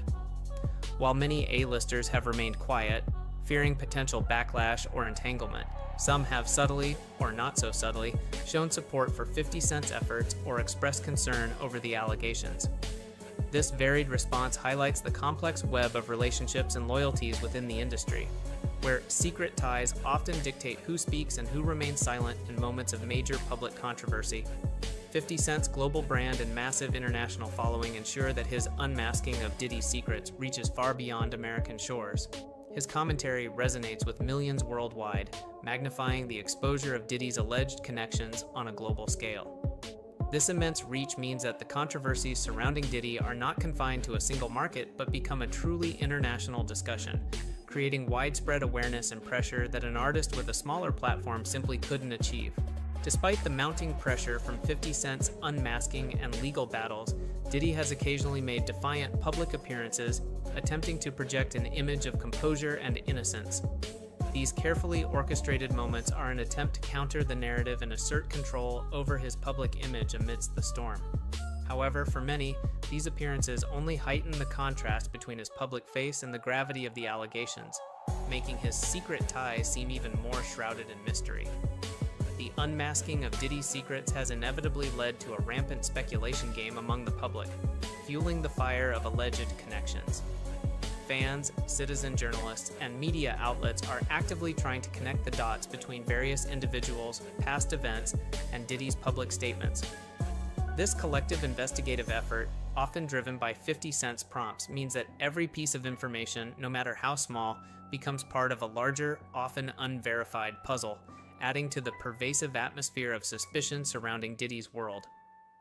The stark contrast between Diddy's famously luxurious lifestyle and the gravity of the allegations he faces further fuels the public's fascination with his secret ties. The opulence once celebrated now feels discordant with the dark accusations, prompting questions about the source of his wealth and the nature of his connections. This public juxtaposition makes the unmasking even more compelling, as viewers grapple with the dissonance between the glamorous image and the alleged underlying realities of Diddy's world. the unmasking of Diddy's secrets has had a catastrophic impact on his sprawling business empire. Brands have rapidly distanced themselves, partnerships have dissolved, and his carefully built financial ventures are crumbling under the weight of public condemnation and legal scrutiny. This financial fallout is a tangible manifestation of how alleged secret ties and public scandal can dismantle decades of work, providing a stark lesson on the severe consequences of exposed controversies for even the most powerful moguls. As 50 Cent continues his unmasking, Diddy's legal battle escalates, forming the official, defensive counterpart to 50 Cent's offensive. Diddy's legal team is actively working to refute the claims, deny allegations, and protect his image in court. This public legal defense involving motions, counterclaims, and official statements is Diddy's primary response to the unmasking, highlighting the gravity of the situation and the immense resources being deployed to combat the allegations and their associated secret ties. What truly motivates 50 Cent to unmask Diddy's secrets? While personal rivalries and past tensions certainly play a role, his current fervor suggests a deeper motivation. Some speculate it's a desire for industry cleansing, a genuine belief in justice, or perhaps a calculated move to capitalize on the moment. Whatever the underlying drive, 50 Cent has clearly committed to this cause beyond a typical rap beef, viewing it as a necessary public service or a profound statement about power dynamics in the music industry. 50 Cent frequently alludes to a playbook that Diddy allegedly used to operate, suggesting a pattern of behavior and connections that 50 Cent is now systematically exposing. This implies a strategic approach to Diddy's alleged secrets, implying that 50 Cent isn't just reacting, but revealing a pre-existing hidden system. By framing it as a playbook, 50 Cent suggests a deliberate, organized set of ties that were previously hidden but are now being laid bare for the world to see. The public's role in the unmasking of Diddy's secrets is pivotal. Millions are actively witnessing, scrutinizing, and sharing every piece of information that emerges, driven by 50 Cent's constant updates. This collective engagement transforms the unfolding drama into a shared experience where public opinion can significantly impact Diddy's future. The power of the masses to consume and disseminate information ensures that Diddy's alleged secret ties cannot remain hidden and that the unmasking will continue to be a widely discussed topic. 50 Cent's current unmasking of Diddy's secrets isn't an isolated incident. It's part of a well-established track record of public exposures. From Ja Rule to The Game, 50 Cent has consistently demonstrated a willingness to publicly dismantle his opponents using information as his primary weapon. The unmasking of Diddy's secrets is irrevocably altering his legacy, transforming him from a celebrated music icon and entrepreneur into a figure synonymous with controversy and scandal. His historical achievements are now being reevaluated through the lens of the current allegations and alleged secret ties. This is a significant, ugly shift in public perception that challenges everything Diddy has built, raising profound questions about how he will be remembered in the future of entertainment history. A striking aspect of Diddy's unmasking by 50 Cent is the pervasive silence from many within the entertainment industry. While a few voices have spoken out, the vast majority of Diddy's high-profile peers and former collaborators have remained notably quiet. This deafening silence can be interpreted as fear, complicity, or simply a desire to avoid entanglement in such a serious and ugly public affair. It highlights the complex, secret ties that bind the industry, where self-preservation often trumps public commentary. 50 Cent's unmasking campaign directly contributes to a "King is dead" narrative surrounding Diddy, suggesting a profound power shift in hip-hop. By systematically dismantling Diddy's image and exposing his alleged secrets, 50 Cent is effectively trying to dethrone him in the public's eyes. This narrative paints Diddy as a fallen figure, leaving a void that 50 Cent or others could potentially fill. It's a brutal, public reordering of the power hierarchy within the music industry. The unmasking of Diddy's secrets has cast a long, dark shadow over the future of his entire business empire. With brand partners pulling out, legal battles escalating, and public trust eroding, the stability of his ventures is in severe doubt. This uncertainty highlights the fragility of celebrity empires built on image and influence, demonstrating how quickly alleged secret ties and public scandal can lead to catastrophic financial and operational consequences, leaving his future in limbo. Perhaps the ultimate casualty in the unmasking of Diddy's secrets and alleged connections is public trust. The constant stream of serious allegations, combined with 50 Cent's relentless exposure, has eroded the public's faith in Diddy and, for some, even the broader entertainment industry. This loss of trust is an irreparable damage, making it incredibly difficult for Diddy to ever fully regain his former stature. The secret ties that enabled alleged hidden actions have ultimately led to a profound public distrust. A key aspect of 50 Cent's unmasking style is his direct, unfiltered communication. He doesn't rely on intermediaries or carefully worded press releases. He speaks directly to his audience through social media posts and raw interviews.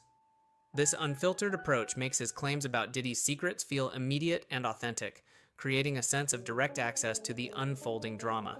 It's a calculated strategy to maintain engagement and ensure his voice is the loudest in exposing Diddy's alleged connections.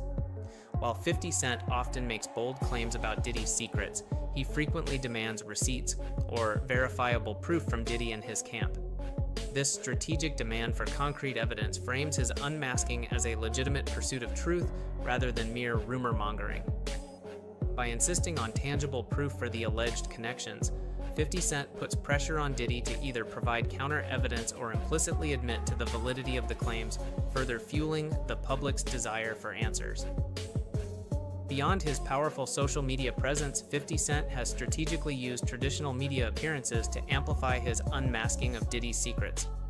Interviews on major platforms provide him with a broader reach and a more formal setting to discuss the allegations and Diddy's alleged connections. These appearances lend a sense of credibility and seriousness to his claims, ensuring that the unmasking isn't confined to online spaces but becomes a pervasive topic across all media outlets. 50 Cent's consistent messaging has effectively shaped a Diddy did it narrative in the minds of many regarding the various allegations and secret ties. His relentless social media campaign and public commentary have significantly influenced how a large segment of the public perceives Diddy's guilt or innocence. This profound influence demonstrates 50 Cent's power to sway public opinion, making his unmasking efforts a significant factor in Diddy's public trial. 50 Cent's actions regarding Diddy's alleged secrets can also be seen as a cautionary tale or a warning to others in the industry. By relentlessly pursuing Diddy, 50 Cent is implicitly sending a message that no one is above scrutiny and that alleged secret ties will eventually come to light. This serves as a powerful deterrent and a signal that the era of hidden actions might be coming to an end, with figures like 50 Cent ready to expose what others try to conceal. The unmasking of Diddy's secrets has revealed multiple interlocking layers of alleged hidden connections and relationships. What started as individual accusations has expanded into a complex web involving various facets of his life: personal, professional, and social. This intricate unraveling shows that the secrets were not simple, but deeply embedded in Diddy's world, requiring persistent effort from figures like 50 Cent and diligent investigation to bring them fully into the light for public scrutiny. As Diddy's secrets are unmasked, his closest inner circle and long-term associates are inevitably drawn into the public and legal investigation. The connections 50 Cent highlights often extend to individuals who were once considered untouchable or simply part of Diddy's trusted entourage. This expansion of scrutiny illustrates the pervasive nature of the alleged secret ties, showing that once a powerful figure is exposed, the spotlight often widens to illuminate their entire network. The unmasking of Diddy's secrets and alleged connections extends beyond just one man. It has triggered a broader cultural reckoning within the music industry. Questions are being raised about long-standing power dynamics, accountability, and the systemic issues that might have allowed alleged behaviors to remain hidden. 50 Cent's role in this unmasking serves as a catalyst for a wider conversation about the responsibility of public figures and the transparency expected from an industry that often operates behind closed doors. Despite 50 Cent's relentless unmasking, many unanswered questions and lingering mysteries remain regarding Diddy's alleged secrets and connections. The full extent of the ties and the truth behind all the allegations are still being debated and investigated. This unresolved nature ensures that the saga continues to captivate the public, leaving viewers wondering what else might be uncovered and how deeply these alleged secrets truly run. The final revelations are yet to come, the unmasking of Diddy's secrets by 50 Cent will undeniably be a defining chapter in both their legacies. For 50 Cent, it solidifies his role as hip-hop's fearless truth-teller, willing to challenge anyone. For Diddy, it marks a profound public downfall, forever changing his image. This saga is a testament to the power of relentless exposure in the digital age, demonstrating that even the most carefully guarded secret ties and relationships can eventually be laid bare for the world to witness with profound and lasting. The new baby oil. It should start looking gray if you ain't got nothing on it. Got the new baby oil, bro. Man, this ain't baby oil. This ain't Nigga, you ran through 8,000 jars of them in prison. baby. I mean, he was Ashy Larry. Relax. I mean, I still got everybody looking. He says things, he doesn't even know what he's saying is like fruity. He says something fabulous and he goes, yo, no, but me and you, we ain't party. Like, we need to party. What are you talking about? Then when people say that to me, I get a little uncomfortable. Like, when you see Jadakiss put his head down, like, while we stuck here right now, and the cameras is rolling, everybody see, don't make like it's just me, man. What if you do some like a little fluffy stuff Now going you guys on? Like he said something to me one time, a long time ago. He told me he'd take me shopping. I looked at him like, what'd you just say? Let me move, man, before I do something. You gonna make me mess up the wedding. Let me get out of no, dude, you take me, that's what a guy says to a girl. I asked 50 about that, and he said you did the same thing to him. You asked him to take him shopping. Yeah, I thought he needed some clothes. What? I'm a nice guy. I don't have no beef with Fifth. He loves me.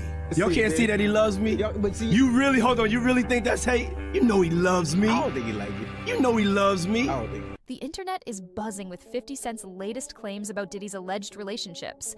Whispers, rumors, and accusations are swirling, leaving fans stunned and eager for more.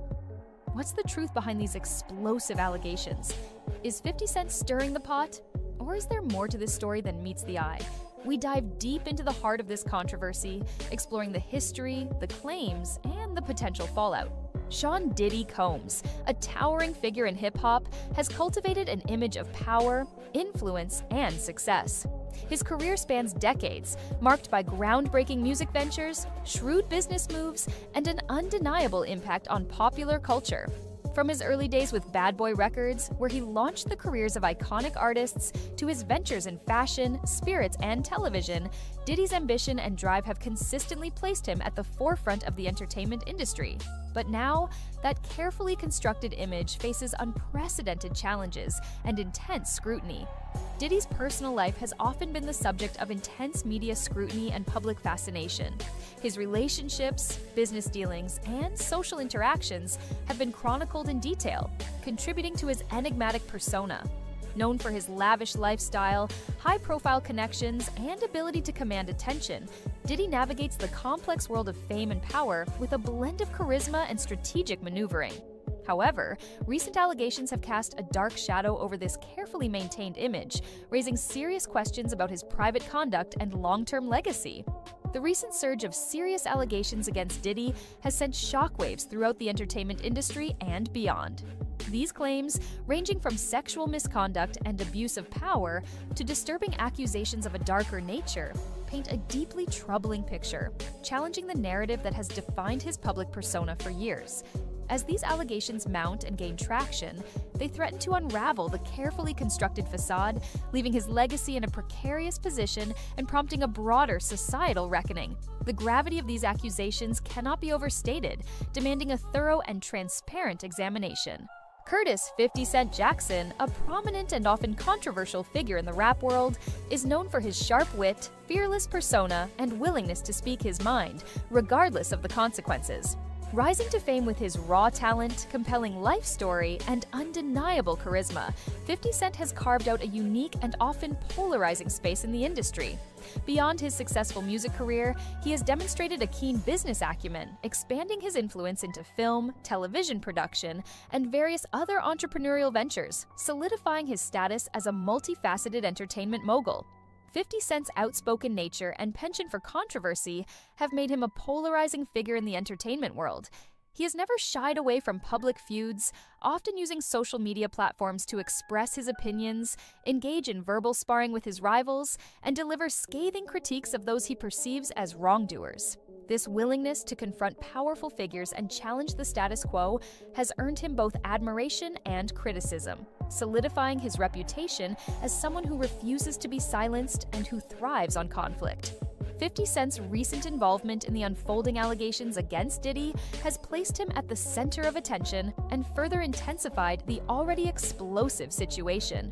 His social media activity, marked by provocative comments, pointed remarks, and a relentless barrage of accusations, has amplified the controversy, drawing further scrutiny to the already serious claims and demanding a response from those involved. Whether motivated by a genuine pursuit of truth, a long-standing personal animosity, or a complex combination of both, 50 Cent's actions have undoubtedly added fuel to the fire. Diddy's influence on hip-hop is both undeniable and profound. He played a pivotal role in shaping the sound and style of the genre, launching the careers of numerous successful artists who went on to become icons in their own right, and pioneering innovative production techniques that pushed the boundaries of musical expression. His impact extends far beyond music, encompassing fashion, branding, and entrepreneurial ventures that have solidified his status as a cultural icon and a transformative force in the entertainment industry. Diddy's business acumen is as notable and impressive as his musical talent. He has successfully built a vast and diversified empire, encompassing record labels, clothing lines, and media companies, demonstrating a keen understanding of market dynamics and an unparalleled ability to capitalize on emerging trends. His strategic vision and relentless pursuit of success have cemented his legacy as one of the most successful and influential figures in the history of the entertainment industry. The current wave of serious allegations has not only tarnished Diddy's carefully constructed image, but also threatens to undermine the vast empire he painstakingly built over decades. As the gravity of the situation continues to unfold and new revelations come to light, the long-term ramifications for his business ventures, his standing within the industry, and his overall legacy remain deeply uncertain. The future of his once untarnished reputation and enduring influence now hangs precariously in the balance. 50 Cent's rise to stardom was a story of triumph over adversity, fueled by his raw talent, undeniable street credibility, and ability to connect with audiences on a visceral level through his music. His early albums shattered sales records and solidified his place among hip-hop's elite, marking the arrival of a major force in the industry. Beyond his musical achievements, 50 Cent demonstrated a savvy business sense, building an empire that extended into various ventures, including clothing lines, beverage companies, and film and television production. Known for his sharp wit, unfiltered opinions, and often confrontational style, 50 Cent has never shied away from controversy or hesitated to speak his mind, regardless of the potential consequences. His willingness to engage in public feuds, often playing out in the media and on social media platforms, has kept him in the spotlight and solidified his image as a provocateur who thrives on conflict. While these actions have garnered both praise and criticism, they have undeniably contributed to his enduring presence in popular culture. 50 Cent's active involvement in the unfolding Diddy allegations has sparked intense debate and further polarized public opinion. His social media commentary, often laced with sarcasm, biting humor, and direct accusations, has amplified the controversy, drawing further attention to the already serious claims and demanding a response from those implicated. Whether viewed as a crusader seeking justice and accountability or an opportunist capitalizing on a scandal for personal gain, 50 Cent's role in this unfolding saga is undeniable and continues to shape the narrative. Diddy's charismatic persona has long been a defining characteristic of his public image. He cultivated an aura of sophistication, charm, and effortless cool, which resonated with fans, industry insiders, and the broader public alike. This carefully crafted image, combined with his undeniable talent and business acumen, contributed significantly to his success in both music and business, solidifying his position as a cultural tastemaker and a major force in the entertainment world. Diddy's influence extends far beyond his own career as a performer and entrepreneur, as he has played a crucial role in shaping the careers of numerous artists who went on to achieve superstardom. His unparalleled ability to identify and nurture talent, coupled with his strategic guidance and industry connections, has cemented his legacy as a mentor and a driving force in the music industry. Many artists owe their success and breakthrough moments to his vision and support. The recent wave of disturbing allegations has presented a stark and unsettling contrast to the carefully constructed image Diddy cultivated throughout his career. The accusations of misconduct, abuse of power, and involvement in illicit activities have left many struggling to reconcile the charismatic public persona with the disturbing claims. This dissonance has created a profound crisis of credibility, leaving his legacy deeply tarnished and prompting a reassessment of his contributions. 50 Cent's business ventures have proven to be as successful and lucrative as his music career, demonstrating a keen entrepreneurial spirit and a knack for identifying profitable opportunities. His ability to diversify his brand and capitalize on ventures outside of the recording studio showcases a savvy understanding of market dynamics and a drive to build a lasting empire. From his involvement in the beverage industry and real estate to his forays into film and television production, 50 Cent has demonstrated a remarkable talent for turning his artistic success into a broader and more diversified business empire. 50 Cent's unapologetic approach to public discourse and his willingness to speak his mind, even when his opinions are controversial or unpopular, have solidified his reputation as a provocateur. He rarely shies away from expressing his views, often using social media platforms to engage in debates, challenge authority, and confront those he perceives as acting unjustly. This outspokenness has made him a figure of both admiration and criticism, contributing to his enduring presence in the cultural conversation and shaping his public persona. 50 Cent's relentless commentary and persistent focus on the Diddy allegations have played a significant role in keeping the story in the spotlight and influencing the public narrative. His social media posts, often laced with biting sarcasm, scathing humor, and direct accusations, have amplified the controversy, ensuring that the serious claims remain a topic of widespread discussion and demanding accountability from those involved. His involvement has undeniably shaped the way the unfolding events are perceived and interpreted by the public. Diddy's parties became legendary events in the entertainment world. These exclusive gatherings, attended by A-list celebrities, industry moguls, and influential figures, were renowned for their opulence, extravagance, and star-studded guest lists. They served as a symbol of Diddy's immense power, vast influence, and unparalleled connections, further cementing his status as a cultural icon and a central figure in the glamorous and high-profile world of entertainment.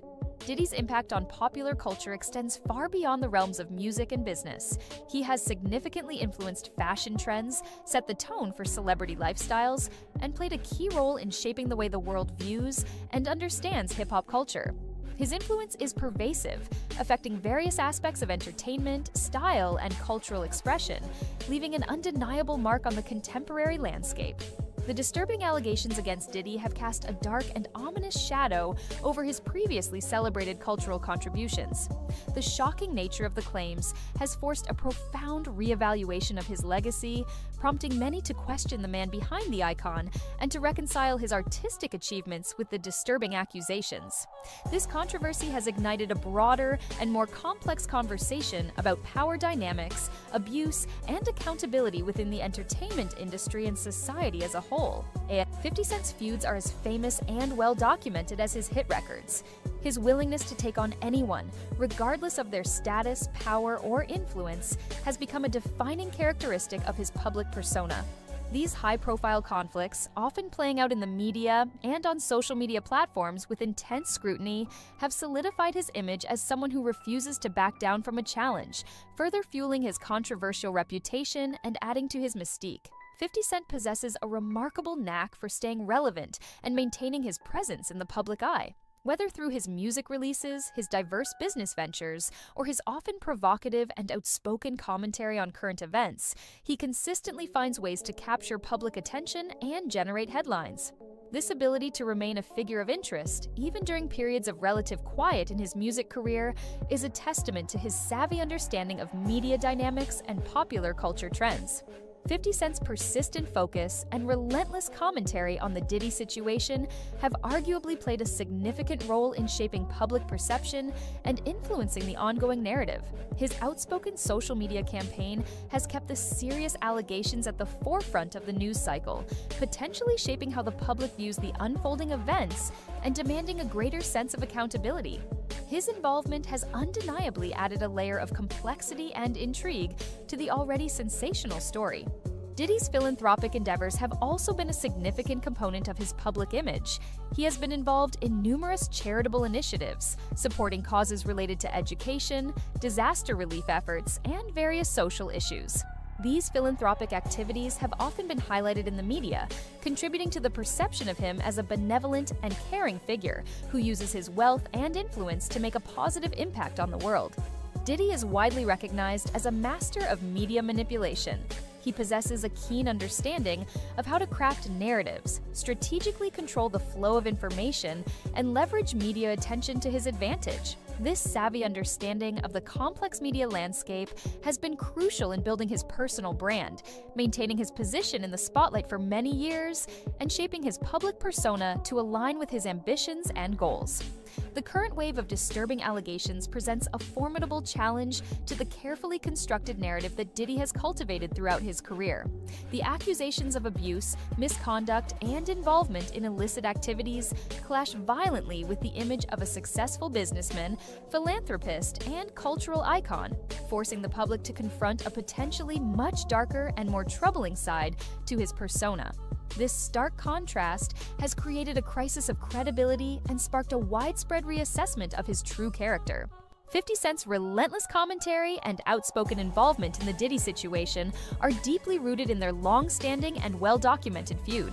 The two figures have exchanged words, insults, and accusations for many years, their rivalry encompassing music industry competition, business disagreements, and personal matters. This pre-existing tension and history of animosity adds another layer of complexity and intrigue to 50 Cent's very public and persistent pursuit of these allegations. 50 Cent's actions and motivations in publicizing the Diddy allegations raise several complex questions about his true intentions. Is he genuinely seeking justice for the alleged victims, capitalizing on an opportunity to damage the reputation of a longtime rival, or driven by a more complex and perhaps less noble combination of both? His history of high-profile feuds and his persona as a provocateur make it difficult to definitively discern his true motives, adding another layer of intrigue and speculation to the unfolding drama. The ongoing 50 Cent/Diddy saga transcends the personal conflict between two high-profile figures. It reflects a larger and more significant cultural conversation. This complex story touches on critical issues of power dynamics, accountability in the entertainment industry, and the way society grapples with allegations of misconduct against powerful and influential individuals. The implications of this story extend far beyond the individuals directly involved, prompting a broader examination of systemic issues within the entertainment industry and beyond, and sparking a long overdue reckoning. A split-second decision by Travis Scott, a camera rolls, and bam, the internet just loses its mind. We've all seen it by now, the Grammy-nominated artist looking like he's literally running away from music mogul Diddy.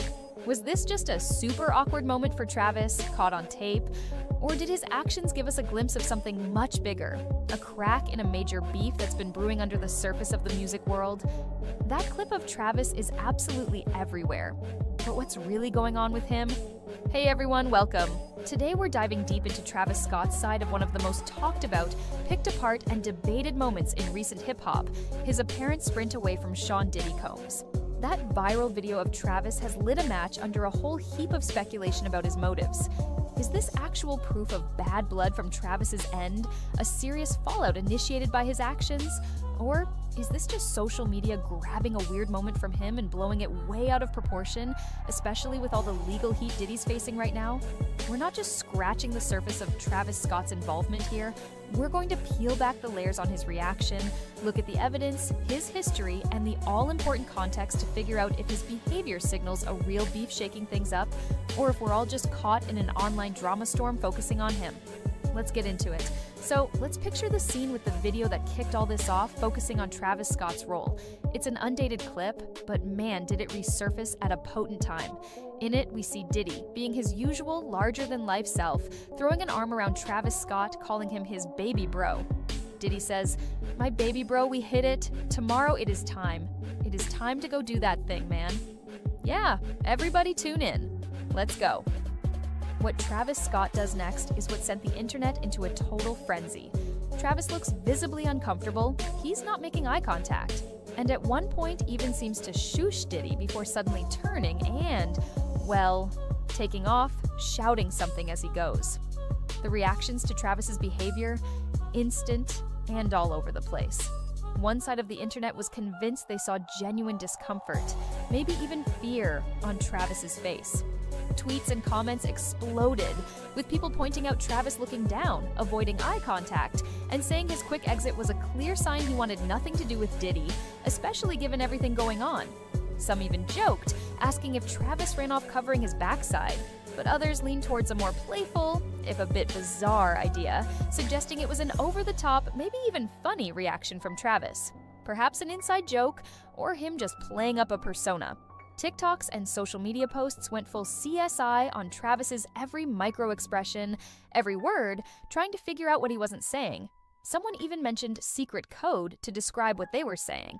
But no matter what Travis's original intent was, that video popping up again right now has definitely become Exhibit A for a Travis Scott-Diddy beef ignited by his actions. To really get why this video, and pretty much any interaction involving Diddy right now, is getting so much attention, we have to look at the massive legal storm he's caught in.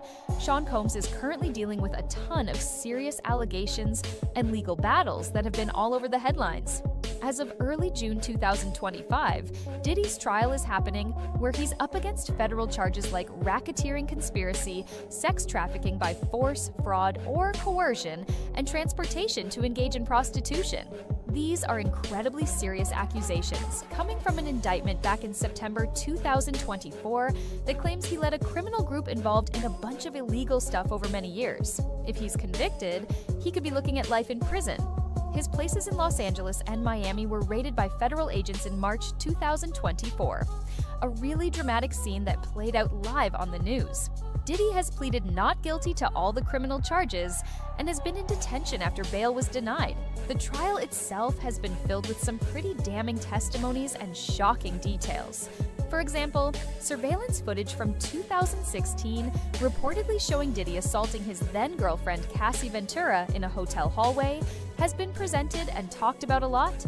There's been testimony from former associates talking about alleged abuse, coercion, and a controlled environment. One former hotel security supervisor even testified that Diddy allegedly paid $100,000 to keep that assault footage quiet. On top of the criminal trial, Diddy has also been hit with numerous civil lawsuits alleging sexual assault, harassment, and other abuses, some going back decades. While one of the biggest civil suits, filed by Cassie Ventura, was settled quickly in November 2023, many others are still active. The sheer number and seriousness of these accusations against Diddy have, understandably, made any public link with him super sensitive and potentially damaging for other big names in entertainment. This background on Diddy is so important because it changes any interaction, especially one as awkward as that viral video with Travis Scott, from a possibly minor thing into something that feeds a much larger, more troubling story about Diddy himself. So, with Diddy caught up in such a huge controversy, Travis Scott's seemingly panicked bolt in that viral clip takes on a whole new light. Was it genuine fear from Travis? The internet definitely ran with that idea concerning him.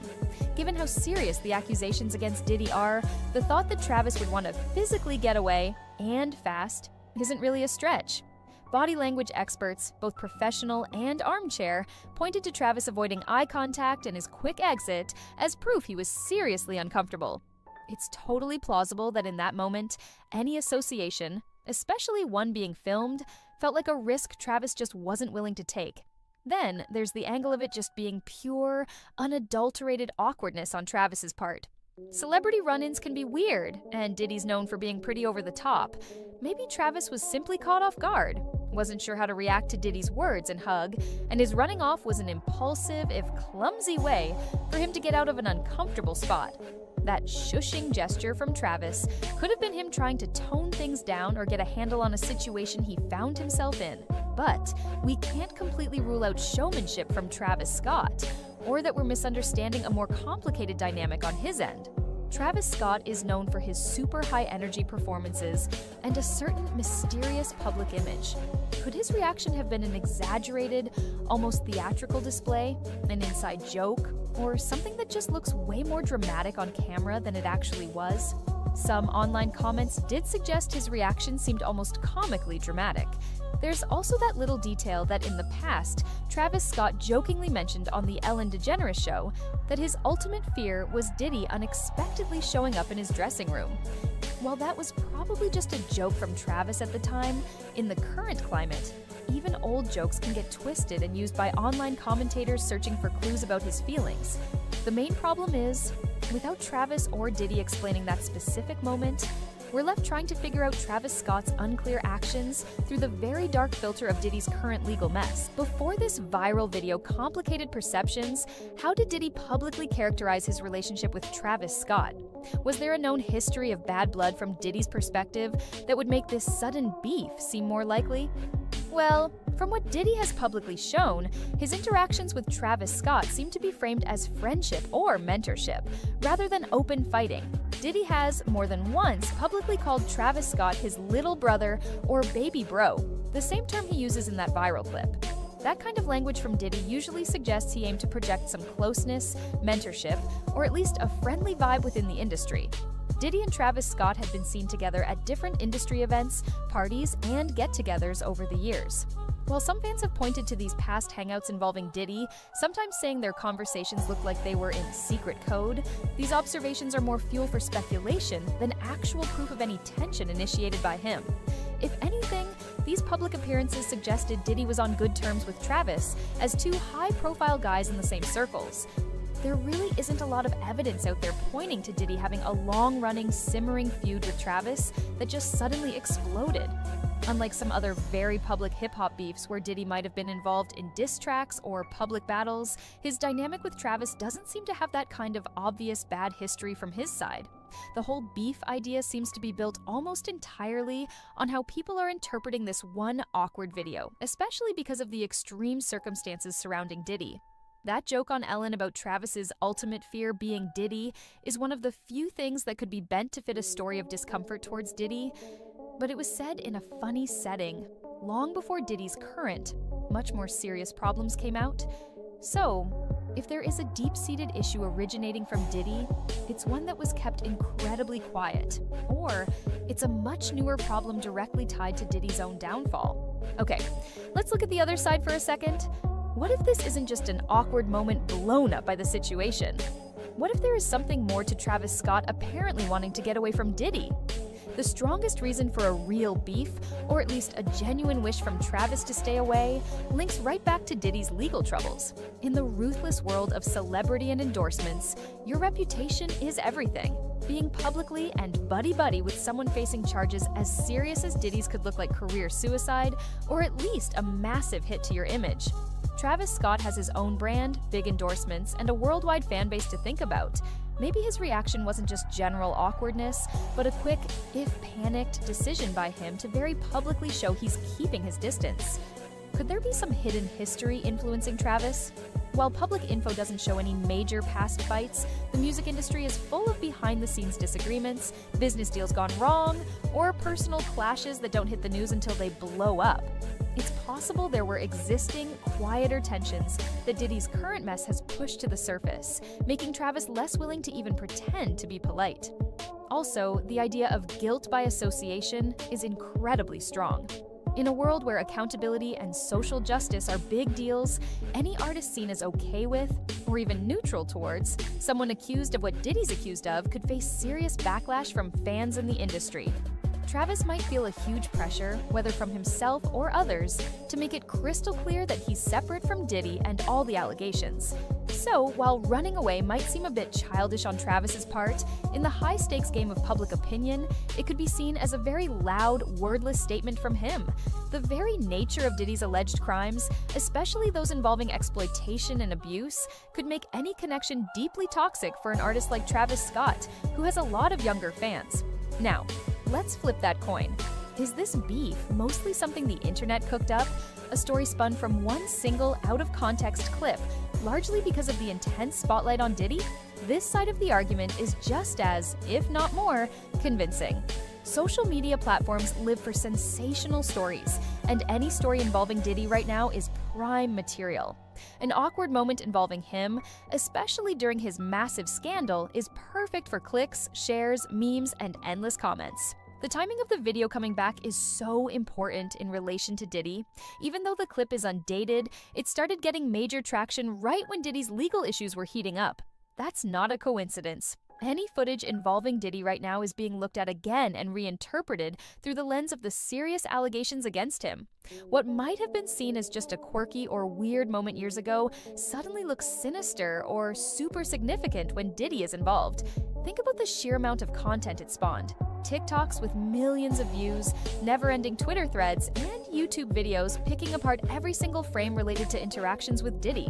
This creates an echo chamber where guesswork about Diddy's influence or impact can quickly turn into what people believe is fact. Plus, Diddy's situation makes any interaction with him news. If Travis had a totally normal, boring chat with Diddy, it probably wouldn't have gone viral. The awkwardness is what made it shareable, and Diddy's scandal is what gave that awkwardness a possibly darker meaning related to him. Fans and commentators are quick to fill in the blanks, often putting their own feelings about Diddy onto Travis's actions. It's like the audience becomes part of creating the story around Diddy. The beef story is simply more exciting, more shareable, and more interesting than Travis Scott had a weird moment, possibly because of all the serious legal stuff happening with Diddy.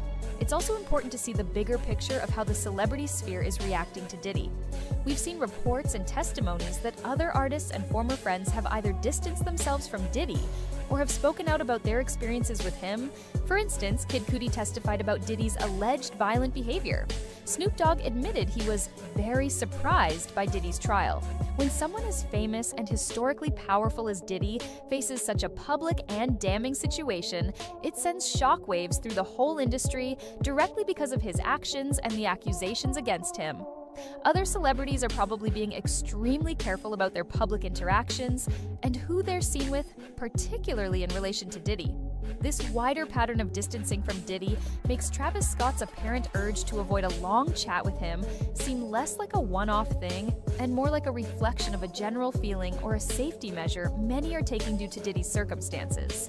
If the mood in the industry is to be cautious and stay away from Diddy, then Travis's actions, however sudden, could just be him falling in line with an unspoken industry agreement to steer clear of Diddy.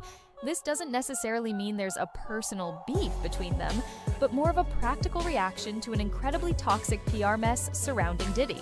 Travis Scott looking like he's fleeing could be less about a specific grudge and more about following a new unwritten rule in Hollywood. Keep your distance from the Diddy controversy.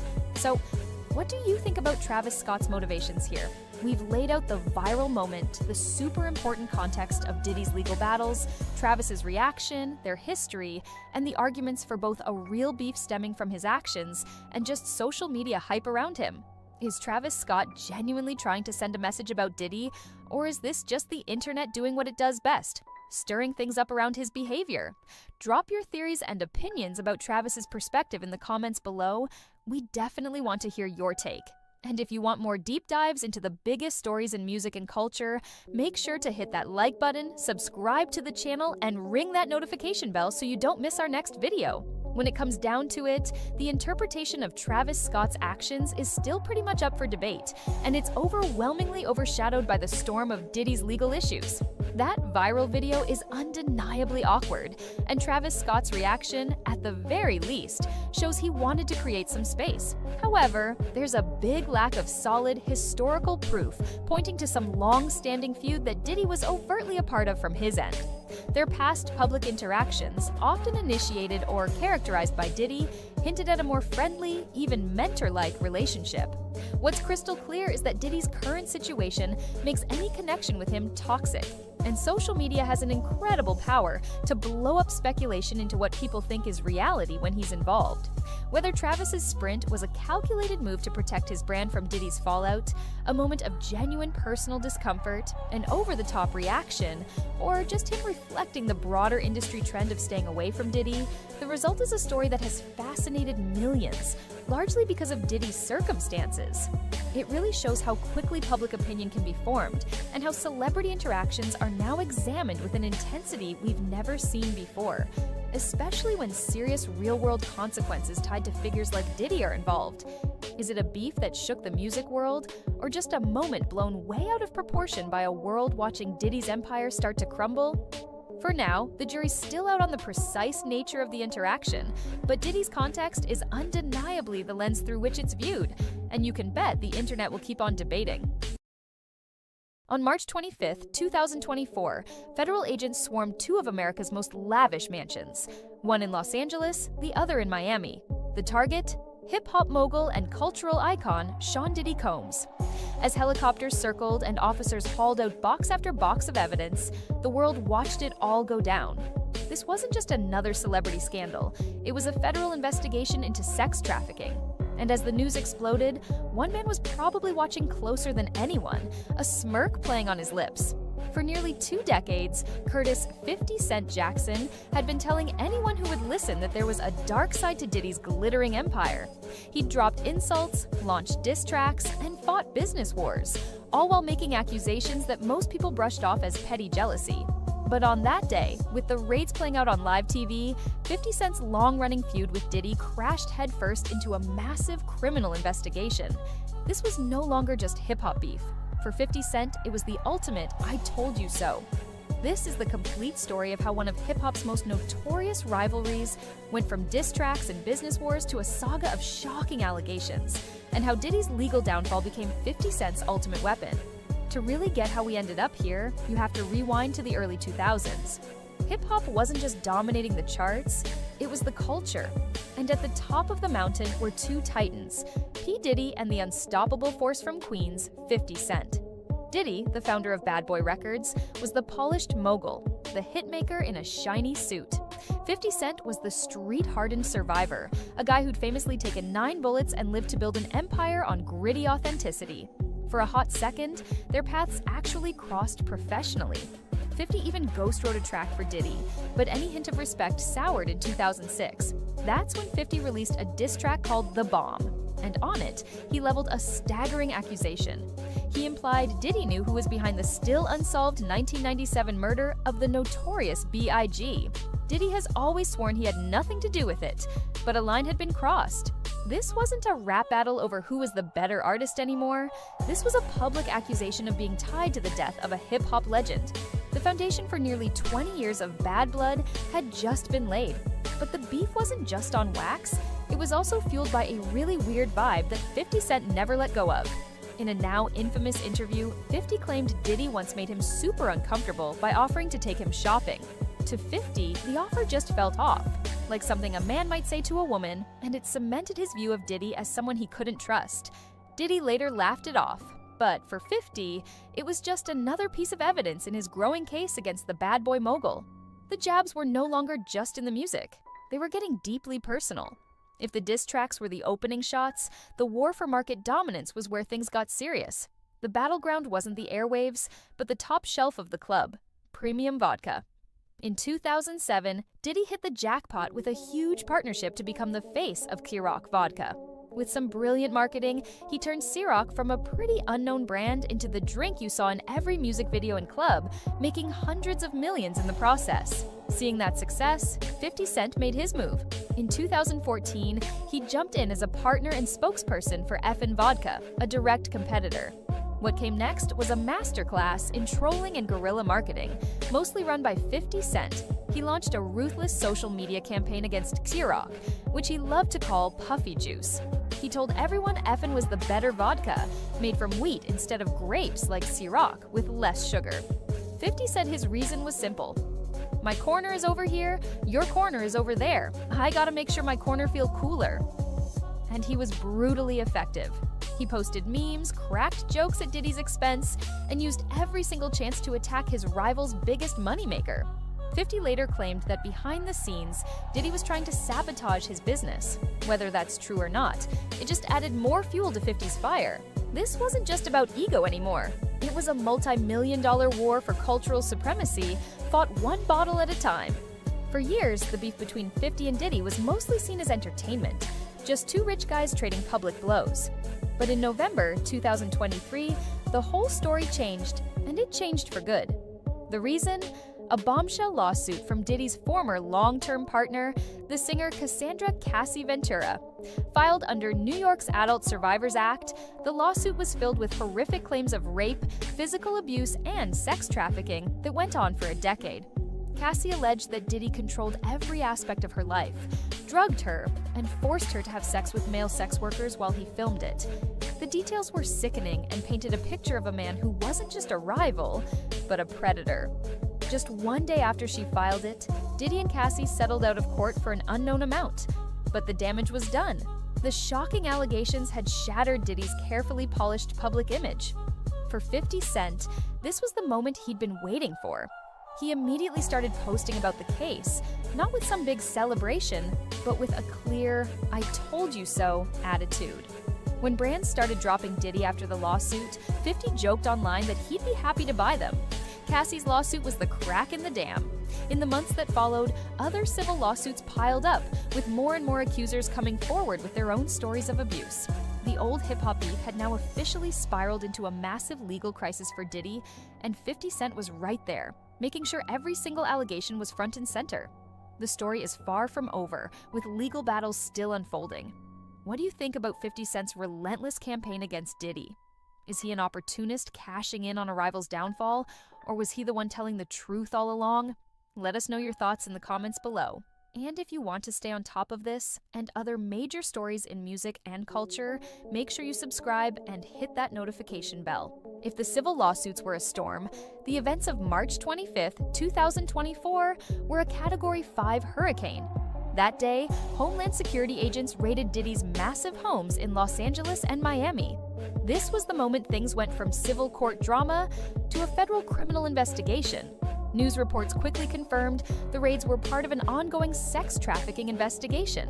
As the world saw images of federal agents detaining Diddy's sons and seizing evidence, 50 Cent's response was fast and vicious.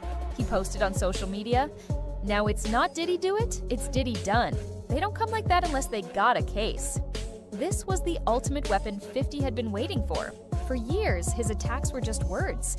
Now, they seem to be backed up by the full power of the US government. He didn't just gloat, he launched an all-out media assault. He posted AI-generated memes, endless jokes, and commentary that positioned him as the one person who'd been right from the start. But 50's strategy went way beyond social media trolling. He announced that his production company, G-Unit Film and Television, was making a documentary series about the allegations against Diddy. In a brilliant move, he also said that all proceeds his company made from the doc would go to victims of sexual assault. The docu-series, which sparked a bidding war won by Netflix, will have 50 Cent as an executive producer. This wasn't just about settling a score anymore, it was about controlling the entire narrative. 50 Cent was remaking his image from a rival into a crusader for justice, making sure his version of the story would be told to the whole world. As of mid-2025, the federal government's criminal trial against Sean Diddy Combs is underway. After prosecutors presented their case over 6 weeks with testimony from more than 30 witnesses, the defense rested without calling a single witness, and closing arguments have begun.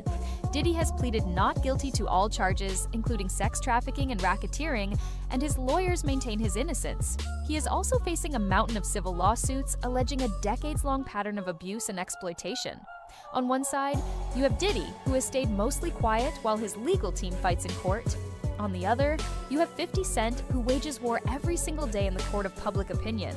he continues to troll relentlessly, and things got uncomfortably close to home when the mother of his second son, Daphne Joy, was named in a lawsuit as an alleged sex worker for Diddy. The allegation, which she has denied, fueled online speculation that she might be one of the anonymous Jane Doe witnesses in the trial. Meanwhile, the entertainment world is racing to document the whole saga. While 50 Cent's Netflix documentary is in the works, other projects, like a documentary on Peacock, have already been released, showing just how intense the race is to define Diddy's legacy. What kicked off almost 20 years ago with a single line in a diss track has unraveled into one of the biggest and most serious sagas in modern music history. The feud between 50 Cent and Diddy has cut across music, business, and now the federal justice system. For years, it was a war of words and marketing stunts, a rivalry between two of hip-hop's most ambitious moguls. It's 2025, and the hip-hop world isn't just buzzing, it's exploding. Curtis 50 Cent Jackson is the one striking the matches, and his latest target, none other than Jay-Z. The blowback is reportedly sending Diddy into a rage. We're diving into a relentless onslaught of supposedly unseen footage, bombshell allegations, and a tangled web of accusations, all masterminded by 50, that could reshape our perception of hip-hop titans. You won't want to miss this, because the situation is unraveling fast, and 50 Cent is at the heart of it all. Let's be clear, the feud between 50 Cent and Sean Diddy Combs isn't new. It's been a public spectacle for years. But in 2025, with 50 spearheading the offensive, things have escalated, and now Jay-Z is caught squarely in the crossfire. As Diddy stands trial for incredibly serious charges, racketeering and sex trafficking no less, 50 has been unleashing a firestorm on social media. He's not just taking aim at Diddy, he's also dragging Jay-Z's long-standing ties to the embattled mogul into the spotlight with relentless posts and commentary. And this isn't about a single piece of footage. No, it's a continuous barrage of attacks. Consider May 14, 2025. 50 reportedly dropped an Instagram slideshow featuring photos of Jay-Z and Diddy throughout the years, set to Bill Withers' "Just the Two of Us." His caption was explosive. "Friends till the end. Jay, you still there? We blew up Kid Cudi's car to show him who's the boss, LOL." This directly references disturbing allegations from Cassandra Cassie Ventura's 2023 lawsuit against Diddy, where she claimed a jealous Diddy threatened to blow up Kid Cudi's car, a car that later did explode. A Kid Cudi spokesperson reportedly confirmed Cassie's claims as all true. So, this is the nature of the footage and buzz 50 is generating.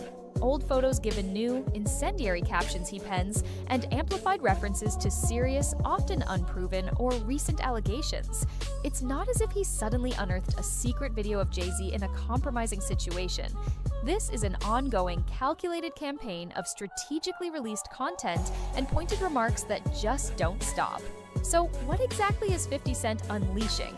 It's less about a single, definitive smoking gun video of Jay-Z and more about a cleverly orchestrated series of social media posts and public declarations designed to land heavy blows. Here's a look at his playbook. The Kid Cudi car bombing reference?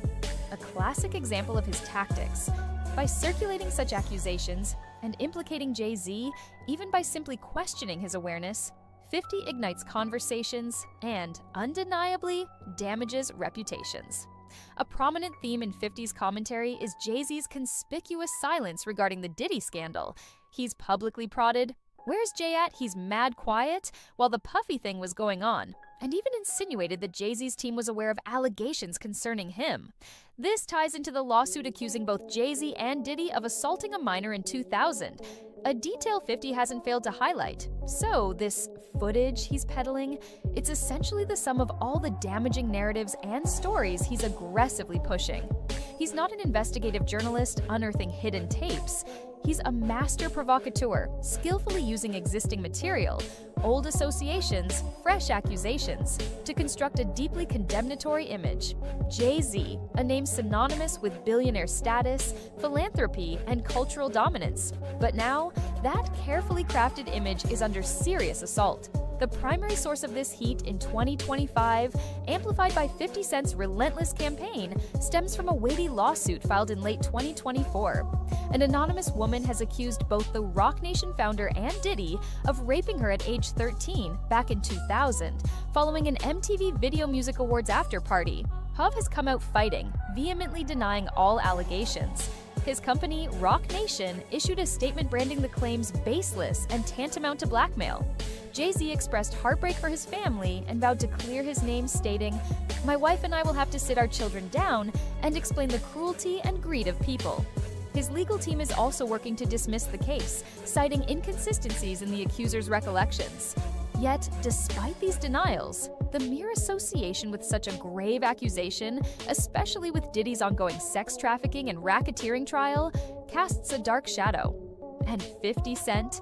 He's adept at exploiting this to Jay-Z's disadvantage. For example, when Jay-Z attended the Mufasa the Lion King premiere with his family in December 2024, amidst these allegations, 50 reportedly mocked him on social media. He allegedly posted, and later deleted, a comment along the lines of, "Jay said they said I rapped a kid. Everybody get dressed. We going to see Mufasa Lowell." 50 also publicly questioned whether Roc Nation should continue producing the Super Bowl halftime show with such accusations looming over its principal. The title says Diddy is not happy about this Jay-Z footage, amplified by 50 Cent. But let's delve into what that truly signifies for the bad boy mogul. Yes, the animosity between 50 and Diddy is legendary, dating back to 2006. Interestingly, reports from March 2025 suggested 50 had momentarily set his beef with Diddy aside, even reportedly siding with him in a dispute with Kanye West. So, Puff Daddy's anger likely isn't just about 50 reigniting their old personal squabbles with these Jay-Z-focused posts. It cuts deeper. He is probably furious because drags his name through more mud. Diddy is in a literal fight for his freedom and what remains of his reputation during a federal trial. Any major scandal involving his longtime associate Jay-Z, particularly one that connects to shared, historic allegations like the 2000 rape claim, keeps Diddy's own name in negative headlines. It paints his entire circle as toxic. It implicates his close circle. This touches on the notion of long-held secrets, potentially exposing facets of Diddy's world. The information about Jay-Z, magnified by 50, could unravel more than just one individual's reputation. It suggests a possible culture of silence or cover-ups within their elite group, where Diddy was a central figure. If Jay-Z's image plummets, it reflects poorly on everyone from that era, and in those influential circles, including Diddy. Distraction and pressure. His legal team is consumed by his criminal trial. This entire Jay-Z controversy is additional noise and public scrutiny that the music executive absolutely doesn't need.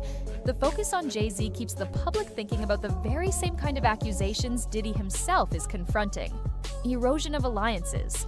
If influential figures like Jay-Z begin to appear tarnished by association or direct accusations, it weakens the entire network Diddy might have relied on for support, whether public or private. So it's not merely Diddy being upset with 50 in a simple, "he's attacking me again" scenario. It's about the substantial, detrimental ripple effects of 50's campaign against Jay-Z, all rebounding onto Diddy, threatening to expose more than he desires, and potentially undermining Jay-Z, who was a significant ally. There are even some unconfirmed wild rumors that Diddy might have leaked information on others as retribution for perceived lack of support during his legal battles. But that remains pure speculation about his actions. This isn't merely about a few harsh Instagram posts. It's interwoven with a much larger, more ominous narrative, primarily revolving around Diddy, a narrative that has the music industry gripped. Sean "Diddy" Combs was arrested in September 2024, and his federal trial for racketeering, conspiracy, and sex trafficking by force, fraud, or coercion commenced in May 2025. He has remained incarcerated without bail since his arrest. Prosecutors allege that he orchestrated a criminal enterprise involved in sex trafficking, forced labor, and obstruction of justice, among other offenses spanning over 2 decades. Beyond the criminal charges, numerous civil lawsuits accuse him of sexual assault, with some allegations dating back years. Diddy denies all criminal charges and maintains that his sexual relationships were consensual. However, the notorious 2016 hotel video showing him assaulting Cassie, which surfaced in 2024, severely damaged his credibility. Now, Jay-Z being named in the amended lawsuit alongside Diddy concerning the alleged 2000 rape of a minor has pulled Jay-Z directly into this maelstrom. And 50 Cent, he's taken on the role of provocateur in relation to Diddy's downfall, positioning himself as a truth-teller, though many view him as an opportunist capitalizing on the situation. Fiddy often makes comments like he didn't go to those parties, implying that many celebrities who are silent about Diddy might have been connected to the environment he cultivated. This entire scenario starkly illuminates the complex power dynamics within the industry, where old friendships tied to Diddy and alleged secrets concerning his circle are now being weaponized or are simply coming to light. The legal battles involving Combs are far from over. His trial is anticipated to last for weeks, and we may yet hear even more damaging revelations about him from former associates and alleged victims. Just when you thought this couldn't get any more convoluted, 50 Cent is reportedly developing a documentary allegedly titled Diddy Do It for Netflix. He confirmed his production company began work after Cassie's lawsuit was filed in November 2023. He even shared a clip featuring an allegation that Diddy used to spike women's drinks, further solidifying his anti-Diddy narrative. In a September 2024 Variety interview, Fiddy stated he was producing it for Netflix, although the streaming giant hasn't officially confirmed the project. Later, he remarked, "I'm surprised by the allegations, as surprised as everyone else is. I didn't tell people to say these things. It comes out I see it in the news like everyone else is." This documentary aims to cast 50 as more than a mere social media agitator. He's positioning himself as the chronicler of Diddy's demise. So, what are his motivations? It's likely a combination of factors. Perhaps a genuine desire to expose perceived wrongdoing, an opportunity to settle old vendettas. His feud with Diddy dates back to a 2006 diss track where he accused Puff of knowing who killed the notorious B.I.G. And frankly, it's a sensational story with massive public interest, making it a lucrative venture. He recently framed his involvement by saying, "This is a story with significant human impact. We remain steadfast in our commitment to give a voice to the voiceless." His latest maneuver involves discussing the possibility of Donald Trump pardoning Diddy. 50 has publicly stated his intention to contact Trump to make him aware of Diddy's past negative remarks about the former president, essentially a strategic effort to block any potential pardon. He clarified he wouldn't nuke Diddy's chances, but simply ensure Trump is informed of Diddy's sentiments. This clearly indicates that 50 Cent has no intention of easing up. The repercussions from this accumulation of allegations and public feuds, significantly intensified by 50 Cent, are immense, and Jay-Z is now navigating a perilous course. Despite his denials, Hov is under intense scrutiny. This ordeal could inflict long-term damage on his legacy. While Diddy fights for his freedom in court, Jay-Z is battling to shield his meticulously built image and career from the collateral damage. And the entertainment industry's response to Jay-Z's situation? Predominantly silence. This is a point 50 Cent frequently highlights, and this quietness might leave Jay-Z feeling more vulnerable or subjected to heightened public examination. Public opinion is also divided. Some laud 50 as a revealer of truth, while others decry him as a bully profiting from the misfortunes of others, including Jay-Z. This schism influences how the accusations against the Brooklyn icon are interpreted. Diddy's legal struggles continue, with testimonies depicting harrowing scenes. Concurrently, Jay-Z is still contending with his own legal challenge regarding the 2000 allegation, maintaining his innocence and striving to safeguard his reputation.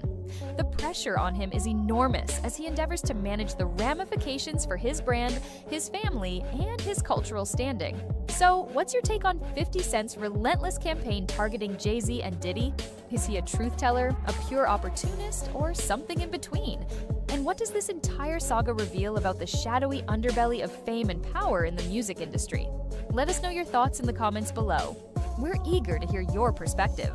This entire saga, predominantly fueled by 50 Cent's 2025 campaign against Jay-Z and Diddy, is a volatile cocktail of grave accusations, long-standing feuds, and intricate media maneuvers orchestrated by 50 himself.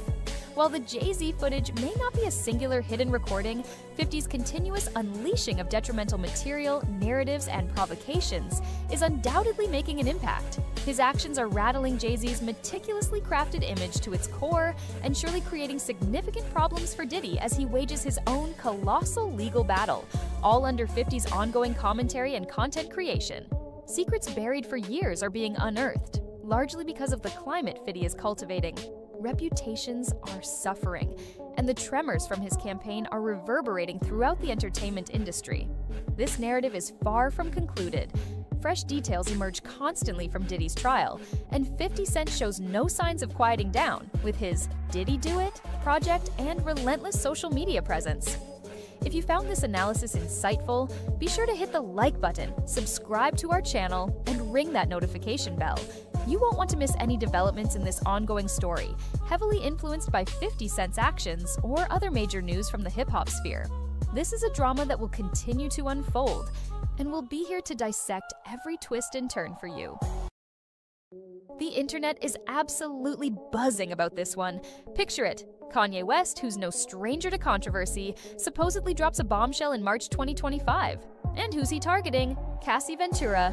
The accusation? That she used Sean Diddy Combs' serious legal troubles to get paid. This goes way beyond typical celebrity gossip. These are claims that could make waves in Diddy's sex trafficking trial. So, what exactly did Kanye allegedly say, and what's the real story here? Let's get into it. Hey everyone, welcome back. The whole Sean Diddy Combs situation has been a wild ride of shocking claims, intense legal fights, and a career that's seriously on the ropes. It's the backdrop against which other events, like Kanye West's alleged interventions, have played out. We're going to look at the core issues surrounding Diddy, the claims made by his ex, Cassie Ventura, and then delve into what Kanye West allegedly said, what was going on around that time, and what it could all mean, particularly as Diddy's trial was set to keep going in June 2025. So, to really get why any commentary on this situation caused such a stir, we need a quick reminder of the legal mess surrounding Diddy. By March 2025, Diddy was already in serious legal hot water. He'd been arrested on federal sex trafficking charges back in September 2024 and was reportedly in jail in Brooklyn waiting for his trial. The accusations are heavy. They describe a supposed criminal enterprise running since at least 2004. This group is accused of tricking women into sex work, sometimes with male sex workers, often at drug-fueled parties called freak-offs. Diddy was facing 5 charges from 4 women, Cassie Ventura being one of them. He pleaded not guilty to everything, including sex trafficking and racketeering. His trial, with jury selection starting in May 2025, was already shaping up to be long and filled with some really disturbing claims and emotional moments. Prosecutors were trying to show a long history of abuse and exploitation. That's the intense situation forming the basis of this ongoing story. Cassie Ventura is a key figure in the allegations against Diddy. Back in November 2023, she hit Diddy with a massive federal lawsuit. They'd been together for about 10 years, from around 2007 to 2018. Her lawsuit laid out some really graphic claims: rape, constant physical abuse, and sex trafficking. Now, that civil suit settled super fast, literally the next day, and they kept the details private, but Cassie then became a crucial witness in Diddy's criminal trial. Her testimony in that trial, people said it was devastating. She apparently described being raped and beaten multiple times. She also talked about allegedly being forced into freak-offs with male sex workers while Diddy watched. One really disturbing story was about a bad beating in 2009, supposedly after Diddy found out she was seeing Kid Cudi. And of course, there's that 2016 hotel security video, the one showing Combs attacking Ventura in a hallway, throwing her, kicking her, dragging her. That video became a huge piece of evidence. While testifying, Cassie reportedly mentioned getting a $20 million settlement from Diddy after her 2023 civil suit, and also a $10 million settlement from Intercontinental Hotels over that 2016 assault. When Diddy's lawyers hinted she was just after money, Cassie reportedly broke down, saying she'd give back the $20 million if it meant she never had to go through the freak-offs, really showing how much she felt she'd lost control of her life and how hard it's been to move on. So picture this already tense situation surrounding Diddy, and then Kanye West reportedly starts lobbing his own opinions into the mix in March 2025. According to what people were saying and sharing online at the time, Ye went on X, what used to be Twitter, and posted a bunch of stuff about Diddy and Cassie. He wasn't just backing Diddy, he was straight up accusing Cassie. One of the alleged quotes that got a lot of attention was, "So Cassie ain't extort Puff?" Not exactly beating around the bush, right? Then he supposedly followed up with something even more direct. Cassie came to Puff and said, "Gimme 30 million or I am a release a tell-all book. That's look like extortion to me." Naturally, these alleged posts blew up online. You had Kanye, who has a massive following, basically trying to flip the script, suggesting Cassie wasn't a victim looking for justice, but someone trying to cash in on Diddy's troubles. Some reports around March 18th and 19th, 2025, suggested these tweets were part of a bigger rant where Ye also said other controversial things, like downplaying how serious abuse is. That claim about a $30 million demand for a tell-all book? That was specific and pretty serious, making people question Cassie's motives, or at least that's how Ye painted it. Even though some of these X posts were apparently deleted later, they definitely got people talking and set things up for more from Kanye. But Kanye apparently wasn't done after those X posts. In April 2025, word got out that he went into more detail during an interview on Big Boy TV. There, Ye supposedly claimed Diddy paid Cassie around $30 million in their settlement. That $30 million number kept popping up in what Kanye was allegedly saying. Now, remember, the actual details of Cassie and Diddy's civil settlement from November 2023 were kept private. They both said they were mutually satisfied. So, Kanye throwing out a specific, unconfirmed number just stirred the pot even more. Things got even spicier when Cassie seemed to clap back at Kanye's initial X comments. She reportedly put a screenshot on her Instagram story of a tweet from Playboy Cardi aimed at Kanye that bluntly told him to be quiet. A pretty clear, if brief, message. That apparently got Kanye fired up. On March 20th, 2025, he allegedly shot back on X, reportedly telling Cassie in very strong terms to be silent and accusing her of attempting to extort Diddy. He then supposedly added a claim that Diageo Sick was behind the release of decade-old footage, suggesting it was done to make the public focus on that particular event. That Diageo mention was probably about the spirits company Diddy worked with, hinting at some kind of conspiracy theory about who released that 2016 hotel assault video. In that same heated post, Kanye reportedly made it clear where he stood. "I ride with Diddy, cause that's exactly what Adidas tried to do to me." So, he's tying his support for Diddy to his own public fights with old business partners, basically saying they were both unfairly targeted. Comparing serious abuse claims to contract disagreements?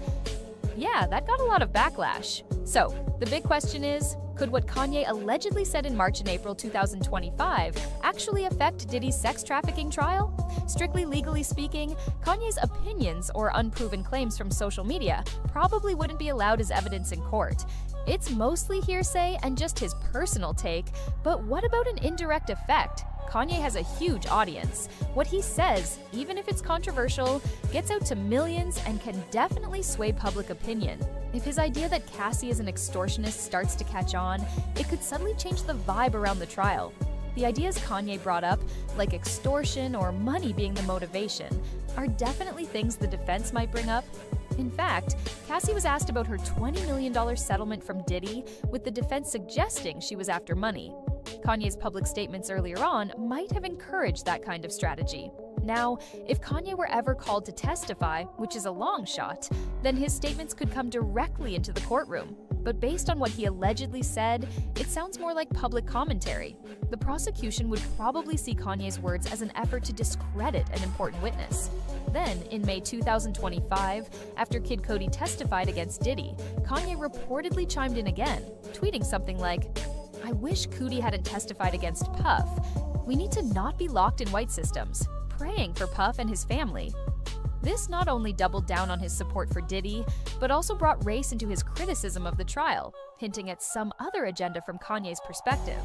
It's no surprise that Diddy's trial has pulled a lot of celebrity names into its vortex, whether they're testifying or getting mentioned in court. Kid Cudi, for instance, testified in May 2025 about his past with Cassie and alleged Diddy intimidated him, even claiming Diddy broke into his house and was behind his Porsche getting firebombed in 2011. Cudi apparently called Diddy's vibe menacing, like a Marvel supervillain. Some of Diddy's former employees have testified too, with some pretty serious accusations. The list of potential witnesses and names dropped during jury selection reportedly included other big names, showing just how wide Diddy's social and professional circles were. This whole Diddy situation, and all the public talk around it, has definitely hurt Diddy's business empire. Brands that used to love working with him have backed off, and artists who once collaborated with him are being more careful. It shows a bigger change in how these kinds of serious claims are handled publicly and by companies. Being linked to someone accused can be a big risk to your reputation, highlighting the significant industry fallout from the charges against Diddy. This whole thing is definitely complicated, and it's still unfolding. What do you make of Kanye West's alleged comments about Cassie and Diddy? Do you think what celebrities say can actually sway big legal cases? Drop your thoughts in the comments. I'm really curious to hear what you think. And yes, we do read them. So, as of June 2025, Sean Diddy Combs' trial was still going, and there's clearly a lot more to come in this story. Kanye West's reported accusations back in March and April 2025 that Cassie Ventura extorted Diddy for money definitely tossed a controversial twist into an already intense and troubling situation. Whether Ye's words have a direct legal impact is up for debate, but there's no denying they can shape how people see things and get everyone talking. At the heart of it all are those very serious accusations against Diddy: sex trafficking, abuse, and racketeering, backed up by testimony from people like Cassie and evidence like that 2016 assault video. Kanye jumping in, accusing Cassie of cashing in on Diddy's problems, and his ongoing support for Diddy, like his May 2025 comments about Kid Cudi's testimony, just shows how divided people can get over these cases. It also highlights the complicated mix of loyalty, celebrity influence, and public opinion when serious accusations are on the table. Hopefully, as the trial goes on, the main thing will be the evidence and finding out what's just. But the noise from celebrities like Kanye West, that's probably going to stick around in people's minds. This story is far from over. Thanks for tuning in. If you found this breakdown helpful, give it a like and hit subscribe for more on the big stories people are talking about. We'll keep an eye on this case and share updates as they come. $1 billion. That was the towering height of Sean Diddy Combs' empire. And now, that empire is shaking, his name mired in controversy, and his freedom hangs precariously in the balance. This is a dramatic saga of a hip-hop titan facing an unprecedented public reckoning. As the dust settles from these shocking developments, it's not just about one man's fall. It's about reputation, legacy, and the collateral damage that ripples outwards. So the big question in this high-stakes game is, when an empire shakes this hard, who, if anyone, can truly say they're coming out on top? Sean Combs, the visionary who built Bad Boy Records, the fashion mogul, the Kirok King. His journey was the quintessential rags to riches story. For decades, he wasn't just a part of pop culture, he was actively shaping it. But then, beginning with his arrest in September 2024, that formidable empire began to reveal serious, catastrophic fissures. Since that point, it's been an unrelenting barrage of accusations, mounting lawsuits, and a public relations disaster of epic scale. The allegations are severe: sexual misconduct, abuse, sex trafficking, and racketeering. The lawsuit from his ex-partner Cassie Ventura, though settled for a reported $20 million, acted as a catalyst, opening the floodgates. Now, more than 120 individuals, men, women, and even minors, have reportedly filed or are preparing to file sexual abuse complaints against Combs, with some allegations dating back several decades. His federal trial commenced on May 5, 2025, on charges of sex trafficking, racketeering, and transporting individuals across state lines for prostitution. He has pleaded not guilty to all charges. Currently, Diddy remains in pretrial detention, having been denied bail due to the severity of the charges and concerns that he might be a flight risk. The financial repercussions have been brutal. Once boasting a net worth around $1 billion, Diddy's fortune has reportedly plummeted to an estimated $400 million. Brands are rapidly distancing themselves. Diageo, his partner in the immensely profitable Kirok Vodka and DeLeon Tequila Ventures, which purportedly paid him over $1 billion in 16 years, has severed ties. He apparently received $200 million for his share of DeLeon when that partnership dissolved. His Sean John clothing line has been pulled from retailers like Macy's. He stepped down as chairman of Revolt TV, the media network he co-founded, and divested his majority stake. And his music, the very foundation of his fame, radio airplay has reportedly decreased by a staggering 88%, with streaming numbers down by over 50%. Even Howard University, his alma mater, rescinded his honorary doctorate and returned a $1 million donation. Adding to his woes, the Justice Department is attempting to seize his assets, contending that Diddy utilized his businesses to conceal and facilitate his alleged criminal activities. A conviction could lead to even more substantial losses. His Los Angeles mansion is reportedly listed for $61.5 million. And each day, testimony in his ongoing trial surfaces more damaging details, such as a hotel security guard's claim that Combs paid over $100,000 for security footage depicting him assaulting Cassie Ventura. Enter Rick Ross. The head of Maybach Music Group, a longtime associate and collaborator of Diddy, has found himself increasingly mentioned as the Combs scandal unfolds. Reports and significant online speculation have suggested Ross's presence at some of Diddy's notorious freak-off parties. This has naturally led to questions about what he might have known or witnessed. Some sources even hinted that Ross could face his own legal scrutiny due to these alleged connections, claiming he might have played a significant role in these parties. However, it's important to state clearly that no official charges or lawsuits specifically against Ross regarding these matters have emerged in the mainstream. Publicly, Rick Ross has been navigating a delicate path. He has largely maintained his customary flashy biggest boss persona, concentrating on his own considerable business empire. This includes his Maybach Music Group label, a portfolio of Wingstop franchises reportedly generating millions annually, partnerships with Bel Air Rosé and Bumbu Rum, and his real estate ventures, such as the expansive 109-room mansion in Georgia. Recently, in early June 2025, Ross received an official proclamation in Georgia from Congresswoman Nikema Williams, acknowledging his business achievements and community contributions in the state, particularly his annual car and bike show. That event is anticipated to draw approximately 8,000 attendees and involves collaborations with figures like Tyler Perry. Nevertheless, the association with Diddy casts a persistent shadow. Social media is rife with commentary, much of it fueled by individuals like 50 Cent, questioning the proximity of Ross to Diddy's alleged activities. While Ross is not enduring the same legal ordeal as Diddy, in the court of public opinion, the link is undeniably present and potentially detrimental. One can find Reddit threads and online discussions where fans debate his inclusion in event lineups due to these associations. His name has surfaced during Diddy's trial, generally in the context of his music collaborations or his connections to Diddy and Cassie Ventura, but not in a manner that implicates him in any wrongdoing within the trial itself. The Diddy scandal isn't unfolding in isolation. It's accompanied by a soundtrack of ongoing hip-hop beefs.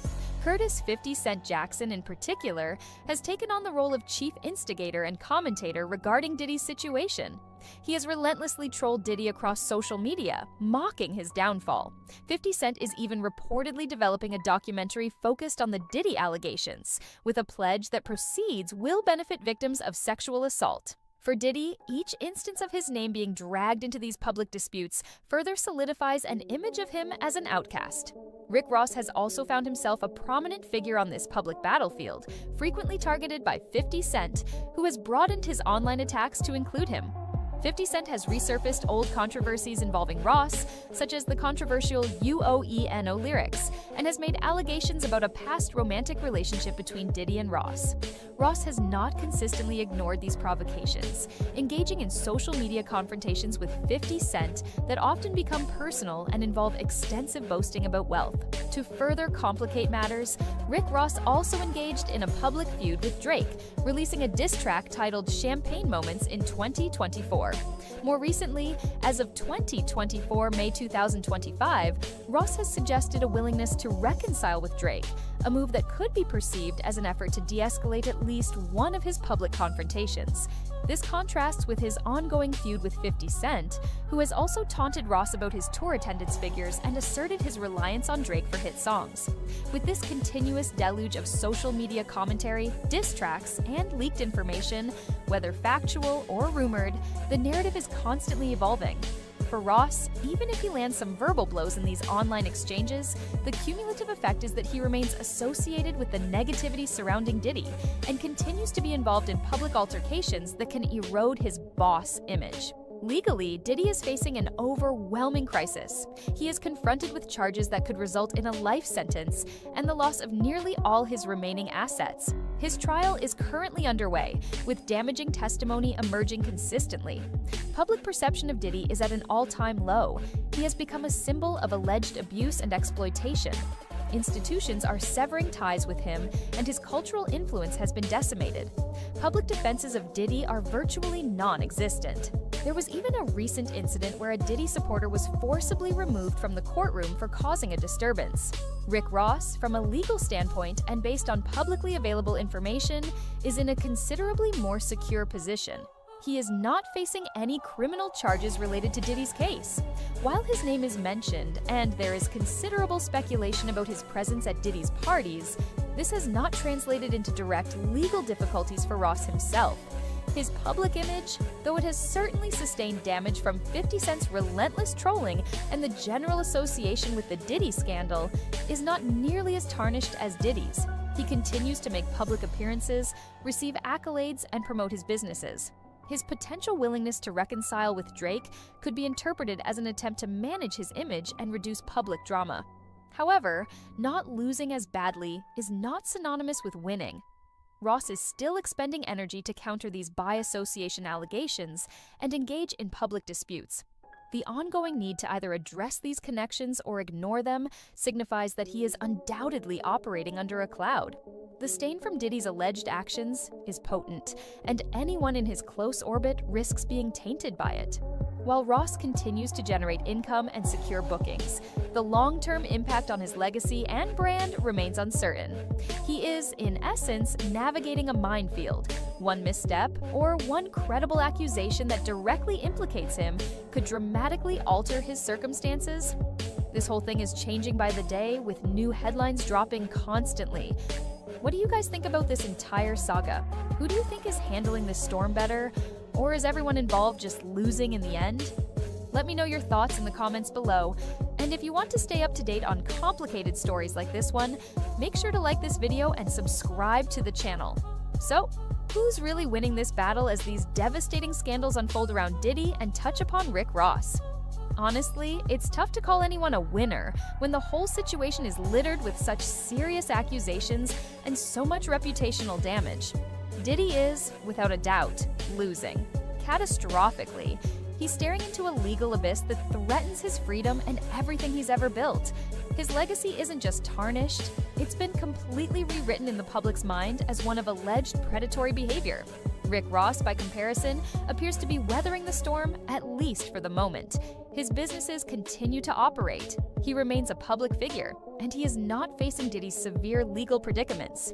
Yet, his past closeness to Diddy and his propensity for public beefs mean he isn't emerging from this situation entirely unscathed. One might say his current win is simply by virtue of not being in Diddy's shoes, but the shadow of this scandal is long, and public opinion can be a very tricky thing. Ultimately, the only individuals who might emerge as winners in the long run could be the accusers, if they achieve their goals in the fight for justice and accountability. For both Diddy and Ross, this ongoing battle seems less about outright winning and more about survival and attempting to minimize the extensive damage in a hip-hop landscape that has been irrevocably altered by these massive allegations. The final score is definitely a long way from being settled. Look, when Jay signed his contract, the big one was with Beyonce. When he signed that contract, the marriage contract, he got trophies. Now those trophies, those trophies came rolling in, buddy.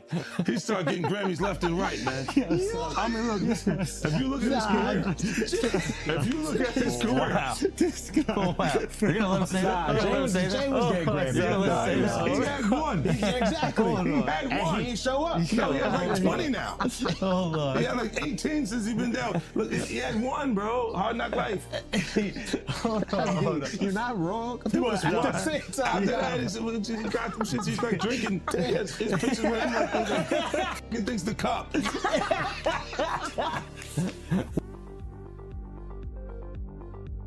When 50 Cent targets an icon, the internet explodes. But this time, it's Beyonce in the crosshairs, and his words are wilder than ever. As the world reels from his attack, one figure's reaction speaks volumes. Diddy. Why is Diddy, a man known for his own controversies, seemingly shocked? Get ready for a breakdown of the drama, the implications, and the fallout. This isn't just a beef, it's a cultural moment. 50 Cent, a master of provocation, has built a career on bold statements and unafraid confrontation. His ability to generate buzz, whether through music or social media, is unmatched. He's never shied away from targeting even the biggest names, using his platform to express his opinions, often laced with his signature wit and sharp criticism. His calculated approach to controversy has made him both admired and feared in the entertainment world. Beyoncé is a global icon, a force of nature in music and culture. Her talent, business acumen, and fiercely loyal fan base have cemented her status as one of the most influential artists of all time. Known for her professionalism and carefully curated image, any perceived vulnerability or challenge to her reign becomes major news. Her power is undeniable. Sean "Diddy" Combs, a mogul in his own right, has navigated the music industry for decades. His influence spans music, fashion, and business, and he's often at the center of both celebration and controversy. His reactions carry weight, and his connections throughout the industry make him a key figure when major events unfold. The initial reports suggest 50 Cent's wild attack on Beyoncé centered around comments about her tour ticket sales. Known for his business sense and sometimes brutal honesty, he likely framed his comments in a way that questioned her commercial success, a rare angle of attack against the seemingly invincible Beyoncé. Beyoncé's response, or lack thereof, becomes a major part of the story. Known for her carefully controlled public image, she may choose to ignore 50 Cent's comments entirely, letting her work speak for itself. Or she might offer a subtle, powerful counter-message, maintaining her composure while silencing her critics. Diddy's reaction, described as shocked, is a curious element. As someone accustomed to industry drama, his surprise implies that 50 Cent's words were particularly harsh or unexpected. His response could vary from public commentary to behind-the-scenes discussions, adding another layer to this unfolding situation. 50 Cent's choice to target Beyoncé is significant. While he's had many feuds, targeting an artist of her stature is a bold move. It could be a strategic attempt to gain attention, to insert himself into a major cultural conversation, or perhaps even a genuine critique, delivered in his characteristic style. The Bayhive, Beyoncé's fiercely loyal fan base, will undoubtedly react strongly to any perceived attack on their idol. Their online presence and collective support are legendary, known for quickly mobilizing to defend her against critics. They will likely rally to defend her, creating a social media storm that amplifies the story and shapes the online narrative. Their passionate response often serves as a formidable shield against any negative commentary, especially from an outspoken figure like 50 Cent. Diddy's long-standing, albeit sometimes complex, relationship with both 50 Cent and Beyoncé adds layers to his reaction. He has collaborated with both artists in the past, placing him in a unique position. His shock could be a genuine expression of concern for the drama's impact, or perhaps a calculated move to distance himself from 50 Cent's controversial remarks, especially given Diddy's own recent public scrutiny. His actions will be closely watched. 50 Cent's history of using humor and mockery as sharp weapons is well documented. He often frames his criticisms with a comedic edge, making his attacks both biting and entertaining to his audience. This approach allows him to deliver harsh words while maintaining a degree of plausible deniability, or just joking stance, further fueling the controversy without direct, unadorned malice. This calculated delivery is a hallmark of his public persona. Beyoncé's carefully crafted brand image is a cornerstone of her global appeal. She presents herself as powerful, flawless, and in absolute control of her narrative. Any challenge to this meticulously curated image, even from someone as outspoken and provocative as 50 Cent, is a significant event. It has the potential to test her brand's resilience and could necessitate a strategic response to maintain her public perception and authority. Diddy's shrewd business acumen and deep understanding of the music industry's intricate inner workings lend significant weight to his reported reaction. His shock isn't merely personal. It could be an insightful commentary on the situation's severity and its potential ripple effects across the entertainment landscape.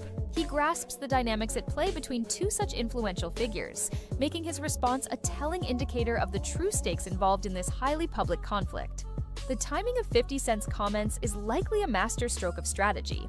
He habitually chooses moments when he can maximize media attention, deftly inserting himself into existing cultural conversations or expertly creating new ones entirely.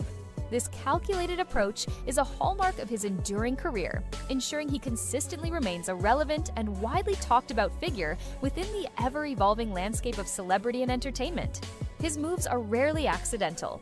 Beyoncé's dedicated fanbase will meticulously analyze 50 Cent's words for any perceived inaccuracies or underlying disrespect. Known for their unwavering loyalty and sharp attention to detail, they will undoubtedly dissect every aspect of his critique. Their collective response will play a crucial role in shaping the online narrative surrounding the situation, fiercely defending their idol's character, achievements, and commercial success against any public challenges. Diddy's potential response, or even his continued silence, could be heavily influenced by his intricate web of business relationships within the industry. He may find himself navigating a delicate balance, weighing his personal opinions or allegiances against significant financial and collaborative ties to both artists. This professional obligation could compel him to tread carefully, ensuring his public stance does not jeopardize his extensive empire or reputation. 50 Cent's past feuds have often transcended mere musical criticisms, frequently escalating into highly personal attacks that leave lasting marks. The specific nature and perceived severity of his comments about Beyoncé will ultimately dictate the level of intensity this current situation reaches and the potential for a prolonged, bitter conflict. His reputation for ruthless tactics suggests he knows exactly which buttons to push for maximum impact.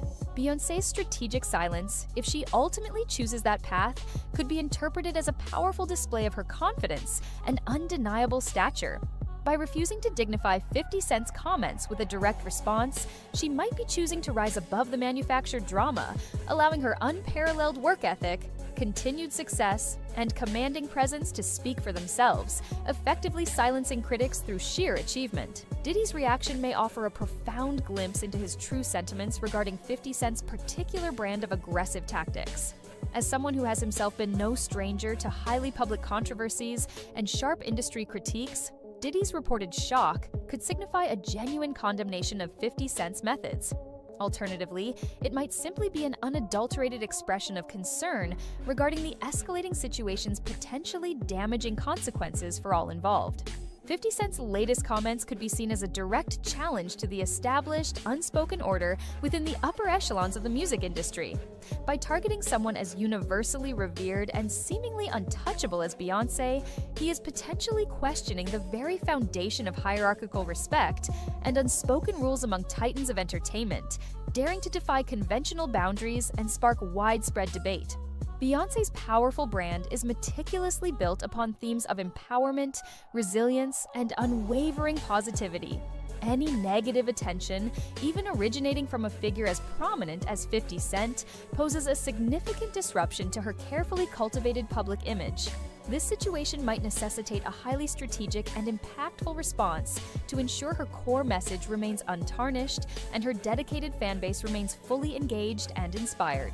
Given Diddy's expansive influence across the hip-hop community, he could potentially emerge as a crucial mediator in this brewing conflict. His extensive network of connections might be leveraged to de-escalate the burgeoning drama, urging both 50 Cent and Beyoncé to prioritize their artistic contributions and avoid a prolonged, damaging public battle that could have wider repercussions for the genre. His involvement could bring a layer of industry statesmanship. 50 Cent's undeniable ability to consistently generate major headlines, regardless of the controversy, is a testament to his profound understanding of media dynamics. Even a negative reaction to his audacious comments only serves to keep him firmly in the public spotlight. This strategic manipulation of attention is a hallmark of his career, ensuring his name remains relevant and a constant topic of discussion across various platforms. Beyoncé's immense global reach dictates that this unfolding situation will be scrutinized by millions of eyes across continents. Her ultimate response, or even her decision to maintain silence, will be meticulously interpreted and analyzed by countless fans, media outlets, and industry observers worldwide, thereby significantly amplifying the impact and resonance of 50 Cent's initial contentious words. The world is watching her next move. Diddy's reaction could also be a profound reflection of his personal relationship with Beyoncé. If they share a genuinely close bond, his expressed shock might transcend mere industry strategy and represent a heartfelt, genuine expression of concern for her well-being in the face of such a public and potentially hurtful attack. This personal element could add a layer of authenticity to his perceived surprise. 50 Cent's motivations in engaging in such high-profile conflicts are often a complex blend of deeply held opinions, calculated strategic maneuvering, and an undeniable desire for attention.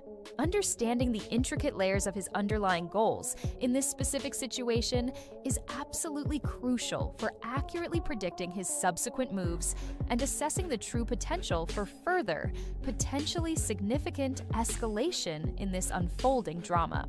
Beyoncé's powerful legacy as a trailblazing artist and cultural icon is undeniably secure and deeply etched into history. However, even the most established and revered figures are not entirely immune to persistent public scrutiny and the occasional controversial spotlight. How she skillfully navigates this current situation will undoubtedly add yet another compelling and instructive chapter to her already storied and impactful career. Diddy's unparalleled position within hip-hop history grants his perspective and reaction significant weight and influence. His response to this burgeoning beef isn't merely about personal opinions. It serves as a crucial barometer for the broader industry dynamics and the potential consequences that such high-profile clashes can inflict upon the genre's delicate ecosystem and its public perception. 50 Cent's remarkable ability to consistently remain relevant, provocative, and a magnet for attention, even after decades spent at the forefront of the music industry, is a testament to his innate understanding of the entertainment landscape. This latest unfolding situation serves as yet another compelling example of his enduring impact and his unparalleled skill at generating widespread discussion. Beyoncé's eventual response, whether through a public statement, a subtle nod in her music, or strategic silence, will be meticulously considered and scrutinized not only by her legion of devoted fans, but also by the entire global music industry. Her chosen course of action will undoubtedly set a significant precedent for how artists of her towering stature navigate similar public challenges and controversies. As this dramatic situation continues to unfold, Diddy's prominent position as an elder statesman and influential figure within the industry might empower him to play a crucial, even pivotal role in shaping the evolving narrative. His deep-seated connections and strategic insights could ultimately influence the outcome of this highly unexpected and intensely public clash between two of music's biggest names. We're talking about a giant, an absolute empire. For decades, Sean Diddy Combs has dominated the world of hip-hop. He's been a collaborator, a business rival, and a very public figure. But under the billion-dollar fortune, a really complex story has been brewing. Now, with Diddy on trial, facing a storm of shocking federal charges like racketeering and sex trafficking, the carefully built image of his world is starting to crack. What secrets have been hidden in his history all this time? And could the fallout from Diddy's legal battles swallow up more than just his own empire, potentially implicating those in his orbit? Picture this. September 2024. Federal agents raid Diddy's lavish mansions. The charges? They're mind-blowing. A criminal enterprise supposedly built on coercion, abuse, and trafficking. He gets arrested, bail is denied, and now, in June 2025, his trial is in full swing, with some devastating testimonies coming out. This isn't just your typical celebrity scandal. This is a potential day of reckoning for Diddy. And the aftershocks? They're threatening to bring down everything he has built. To really get what's happening now with Diddy, we need to go back. Way back to the early 1990s. New York City. Diddy, who was Puff Daddy back then, with Bad Boy Entertainment, was one of the main architects of hip-hop's cultural boom. He wasn't just making music, he was building a dynasty. His path often crossed with other rising stars, including Jay-Z. Diddy featured Jay-Z on Young G's and cultivated an image of camaraderie with industry peers. Publicly, he seemed like the best of friends with many, projecting an image of unity. He and Jay-Z were often photographed together, like two kings. In 2005, Diddy, alongside Jay-Z, made a very public show of solidarity by donating $1 million to Hurricane Katrina relief. Behind the scenes, navigating early legal troubles in the late 90s reportedly forged some of his connections. Diddy, in later years, would refer to powerful allies as brothers and strategists.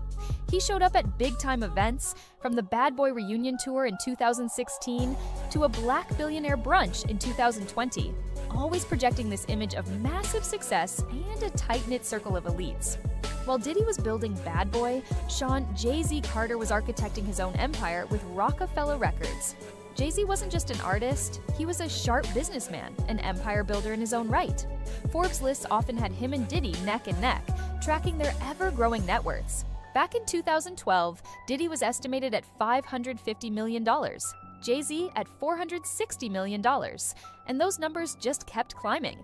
This constant comparison naturally fed rumors of a quiet, and sometimes not so quiet, rivalry between the two moguls. Jay-Z also navigated the burgeoning hip-hop scene, collaborating with key figures, including bringing Diddy onto his track, "I Know What Girls Like," showcasing a public image of mutual respect. However, they were undeniably fighting for the same spotlight, the same market share, the same awards. Each one was a brand, a symbol of hip-hop success. The same drive that got Jay-Z to the top could also, naturally, make him a rival to others operating in the same space. Were those smiles always real, or were they smart moves by masters playing a very public game of chess? The whole feud narrative wasn't always out in the open with Jay-Z, but the competitive currents flowing underneath as he built his dynasty were undeniable. Each man's success, while celebrated, also set a new standard for the other. All right, let's fast forward to 2024 regarding Diddy. Those whispers and rumors that used to follow him, they turned into a roaring avalanche of federal indictments: racketeering, sex trafficking, transportation to engage in prostitution. These aren't just vague claims. These are charges that paint a disturbing picture of a criminal enterprise allegedly running under the cover of Diddy's music empire. Federal agents raided his homes in Los Angeles and Miami. He was arrested in September 2024 and has been repeatedly denied bail. As his trial kicked off in May 2025, the details coming out of the courtroom have been, frankly, horrifying. His former girlfriend, Cassie Ventura, who had previously settled a civil suit claiming years of abuse, trafficking, and rape, gave some harrowing testimony. Even though Diddy quickly settled her civil case, admitting no guilt, the graphic nature of her allegations, and then that 2016 hotel video that allegedly showed him assaulting Cassie, that all laid the groundwork for these criminal charges. Other accusers, identified as Jane Does in court, have shared similar stories of coercion, control, and forced sexual encounters, sometimes involving male sex workers in what were reportedly called freak-offs. The prosecution says Diddy used his power, his fame, and a network of associates to abuse and silence victims for years. Diddy has pleaded not guilty to all criminal charges, and his lawyers are trying to frame this as consensual adult relationships, twisted by accusers who are just after money. The sheer number of allegations and how serious the charges are against Diddy, it's a lot to take in. As this trial keeps going, what do you think this all means for the legacy of Bad Boy Records and Diddy himself? Drop your thoughts in the comments below. And if you're finding this breakdown helpful, please hit that like button and subscribe for more deep dives into stories just like this one. Then, in late 2024, the scandal surrounding Diddy reached Jay-Z's doorstep. He was named alongside Diddy in a civil lawsuit by a woman, Jane Doe, who alleged she was raped by both men at an MTV Video Music Awards after-party back in 2000 when she was just 13. Jay-Z's response was instant and strong. He called the allegations a blackmail attempt and idiotic, swearing he wouldn't pay one red penny.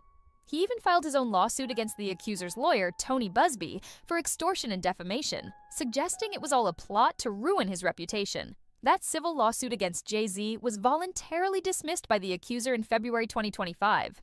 Jay-Z's team called it a win against frivolous, fictitious, and appalling allegations. In his statement, Jay-Z talked about the trauma his family went through because of the claims.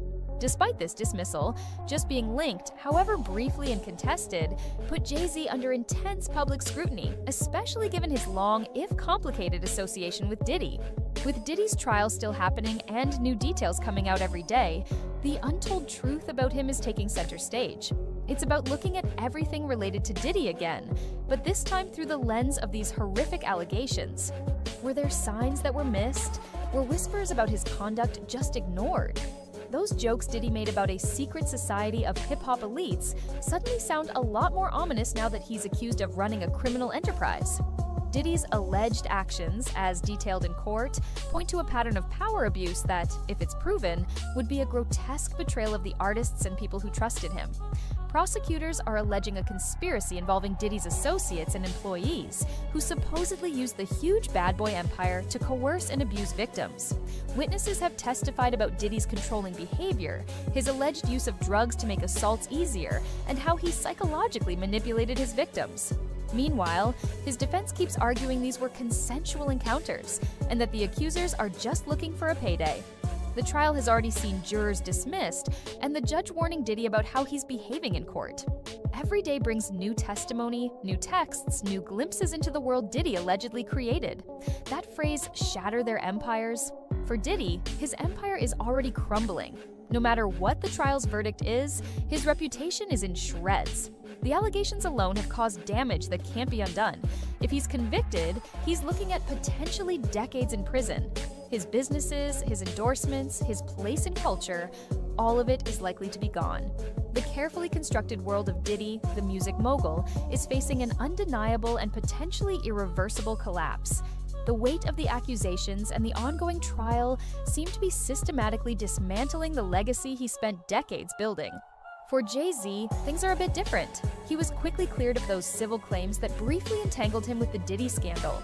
His empire, Roc Nation, is still a major force. His legacy, built on lyrical genius and business savvy, remains strong. However, the shadow of his past association with Diddy, especially during the time Diddy's alleged crimes were happening, will probably stick around. People will keep asking questions, keep looking closely at their past interactions. While there's absolutely no sign Jay-Z was involved in Diddy's alleged criminal activities, the whole scandal highlights the often uncomfortable connections in the entertainment world.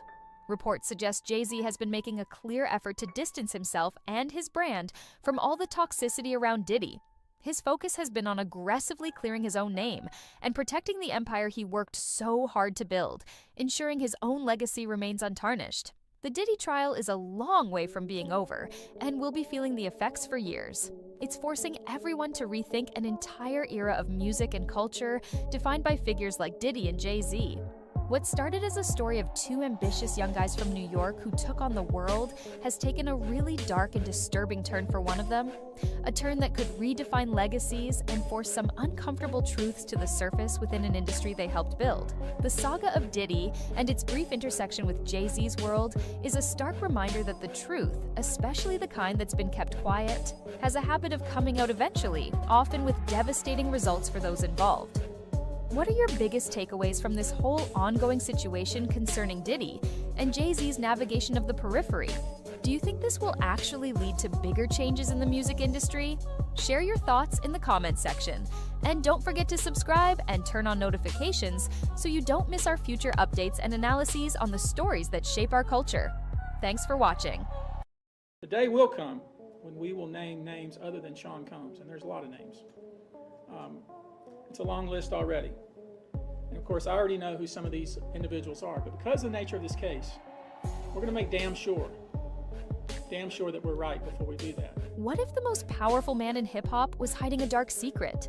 Sean Diddy Combs, once a symbol of success and swagger, now faces a series of disturbing allegations that threaten to dismantle his entire legacy. From explosive lawsuits to shocking surveillance footage, this isn't just celebrity drama. It's a federal case that's exposing the underbelly of fame, power, and control. In this documentary, we break down every key moment, testimony, and twist behind the Diddy scandal. Buckle up. The truth is messier than you think. Before the scandal, Diddy was an unstoppable force. He founded Bad Boy Records in the 90s, helped launch the careers of Biggie, Faith Evans, and 112, and expanded into fashion, alcohol, and television. He was more than a mogul. He was a cultural icon. But behind the polished image was a man known for control and dominance, both in business and personal life.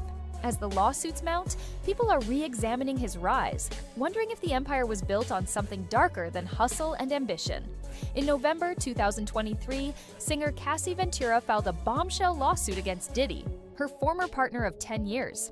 She alleged years of abuse, coercion, and sex trafficking, claims that shocked fans and industry insiders alike. The lawsuit described graphic details of physical violence and control, including forced encounters and threats. Though it was settled within 24 hours, the public outcry didn't fade. Instead, her courage opened the door for more accusers to come forward, changing how Diddy was seen almost overnight. Months after Cassie's lawsuit, a 2016 hotel surveillance video surfaced. It showed Diddy violently attacking Cassie, pushing, dragging, and throwing objects at her. The footage confirmed what many doubted and erased any ambiguity. Public opinion shifted rapidly. Diddy later released a video apologizing, calling his behavior inexcusable. But for many, the apology was too little, too late. It served not only as evidence of abuse, but as a brutal reminder of how long such behavior could go unnoticed or unpunished. In March 2024, the case escalated. Homeland Security raided Diddy's properties in Los Angeles and Miami. Days later, he was arrested on federal charges, including sex trafficking, illegal surveillance, and coercion. Prosecutors allege that Diddy used his wealth and power to lure, trap, and exploit individuals over a period of years. His inner circle is now under investigation, with questions about who knew what and when. The legal system has shifted from speculation to serious prosecution. One of the most disturbing allegations involves so-called freak-offs, sex parties Diddy allegedly organized and filmed without full consent. Court documents describe drug-fueled events, hidden cameras, and manipulation. Accusers say participants were often intoxicated or coerced, with Diddy maintaining control through money and threats. These events are central to the federal case, pointing to a pattern of behavior that may have spanned decades. For prosecutors, these parties aren't tabloid fodder. They're potential evidence of trafficking and abuse. During raids on Diddy's homes, investigators uncovered a disturbing amount of potential evidence: prescription drugs under fake names, sex paraphernalia, surveillance systems, and encrypted devices. The items matched descriptions in multiple lawsuits and added weight to the trafficking allegations. Even more damning, some documents suggest attempts to destroy or hide evidence in the days leading up to the raids. These findings moved the case from rumor to reality, making it clear that authorities believed something serious was happening behind closed doors. Cassie returned to the spotlight when called to testify in the federal case. Her testimony was harrowing, detailing emotional, physical, and sexual abuse that spanned a decade. She spoke about being isolated, manipulated, and monitored. According to court observers, her statements were consistent, emotional, and difficult to refute. While the initial lawsuit was settled, her testimony in a criminal case carries far more weight. She is now seen by many as the central figure in a movement toward justice and accountability. After Cassie broke her silence, more alleged victims came forward. Within months, several new lawsuits were filed, including from individuals who had worked with Diddy or attended his events. Some described experiences dating back to the late 1990s. The allegations are diverse, but share themes of control, coercion, and violence. Both men and women have accused Diddy of misconduct. Each new case adds pressure to the legal system and complicates Diddy's defense, painting a wider picture of a long-term pattern. As allegations piled up, the music industry responded. Brands distanced themselves from Diddy. His collaborations were pulled, his TV shows were canceled, and even his longtime alcohol deals were dissolved. Some artists who once admired him now speak out against the abuse of power in the industry. Others remain silent. The scandal has ignited conversations about complicity and how far people are willing to look the other way when money and power are involved. Diddy has denied all allegations. His legal team claims that the accusations are part of a smear campaign and motivated by financial gain. In statements, Diddy has insisted that any relationships were consensual and that he's the target of false narratives. Despite the denials, public trust is eroding. His apologies, especially after the hotel video surfaced, feel contradictory to his defense. The world is watching closely to see whether his version of the truth will hold up in court. Many of Diddy's accusers describe a chilling dynamic: psychological manipulation, isolation from loved ones, and constant surveillance. These behaviors aren't just abusive, they reflect a calculated use of power. Victims report that Diddy used his wealth, fame, and connections to intimidate and control them. The case has triggered broader conversations about emotional abuse and how difficult it is for victims to leave such environments. As more evidence surfaces, experts argue that power imbalance, not just violence, is at the core of this scandal. A key aspect of the allegations is Diddy's alleged obsession with monitoring people. Accusers say his homes were rigged with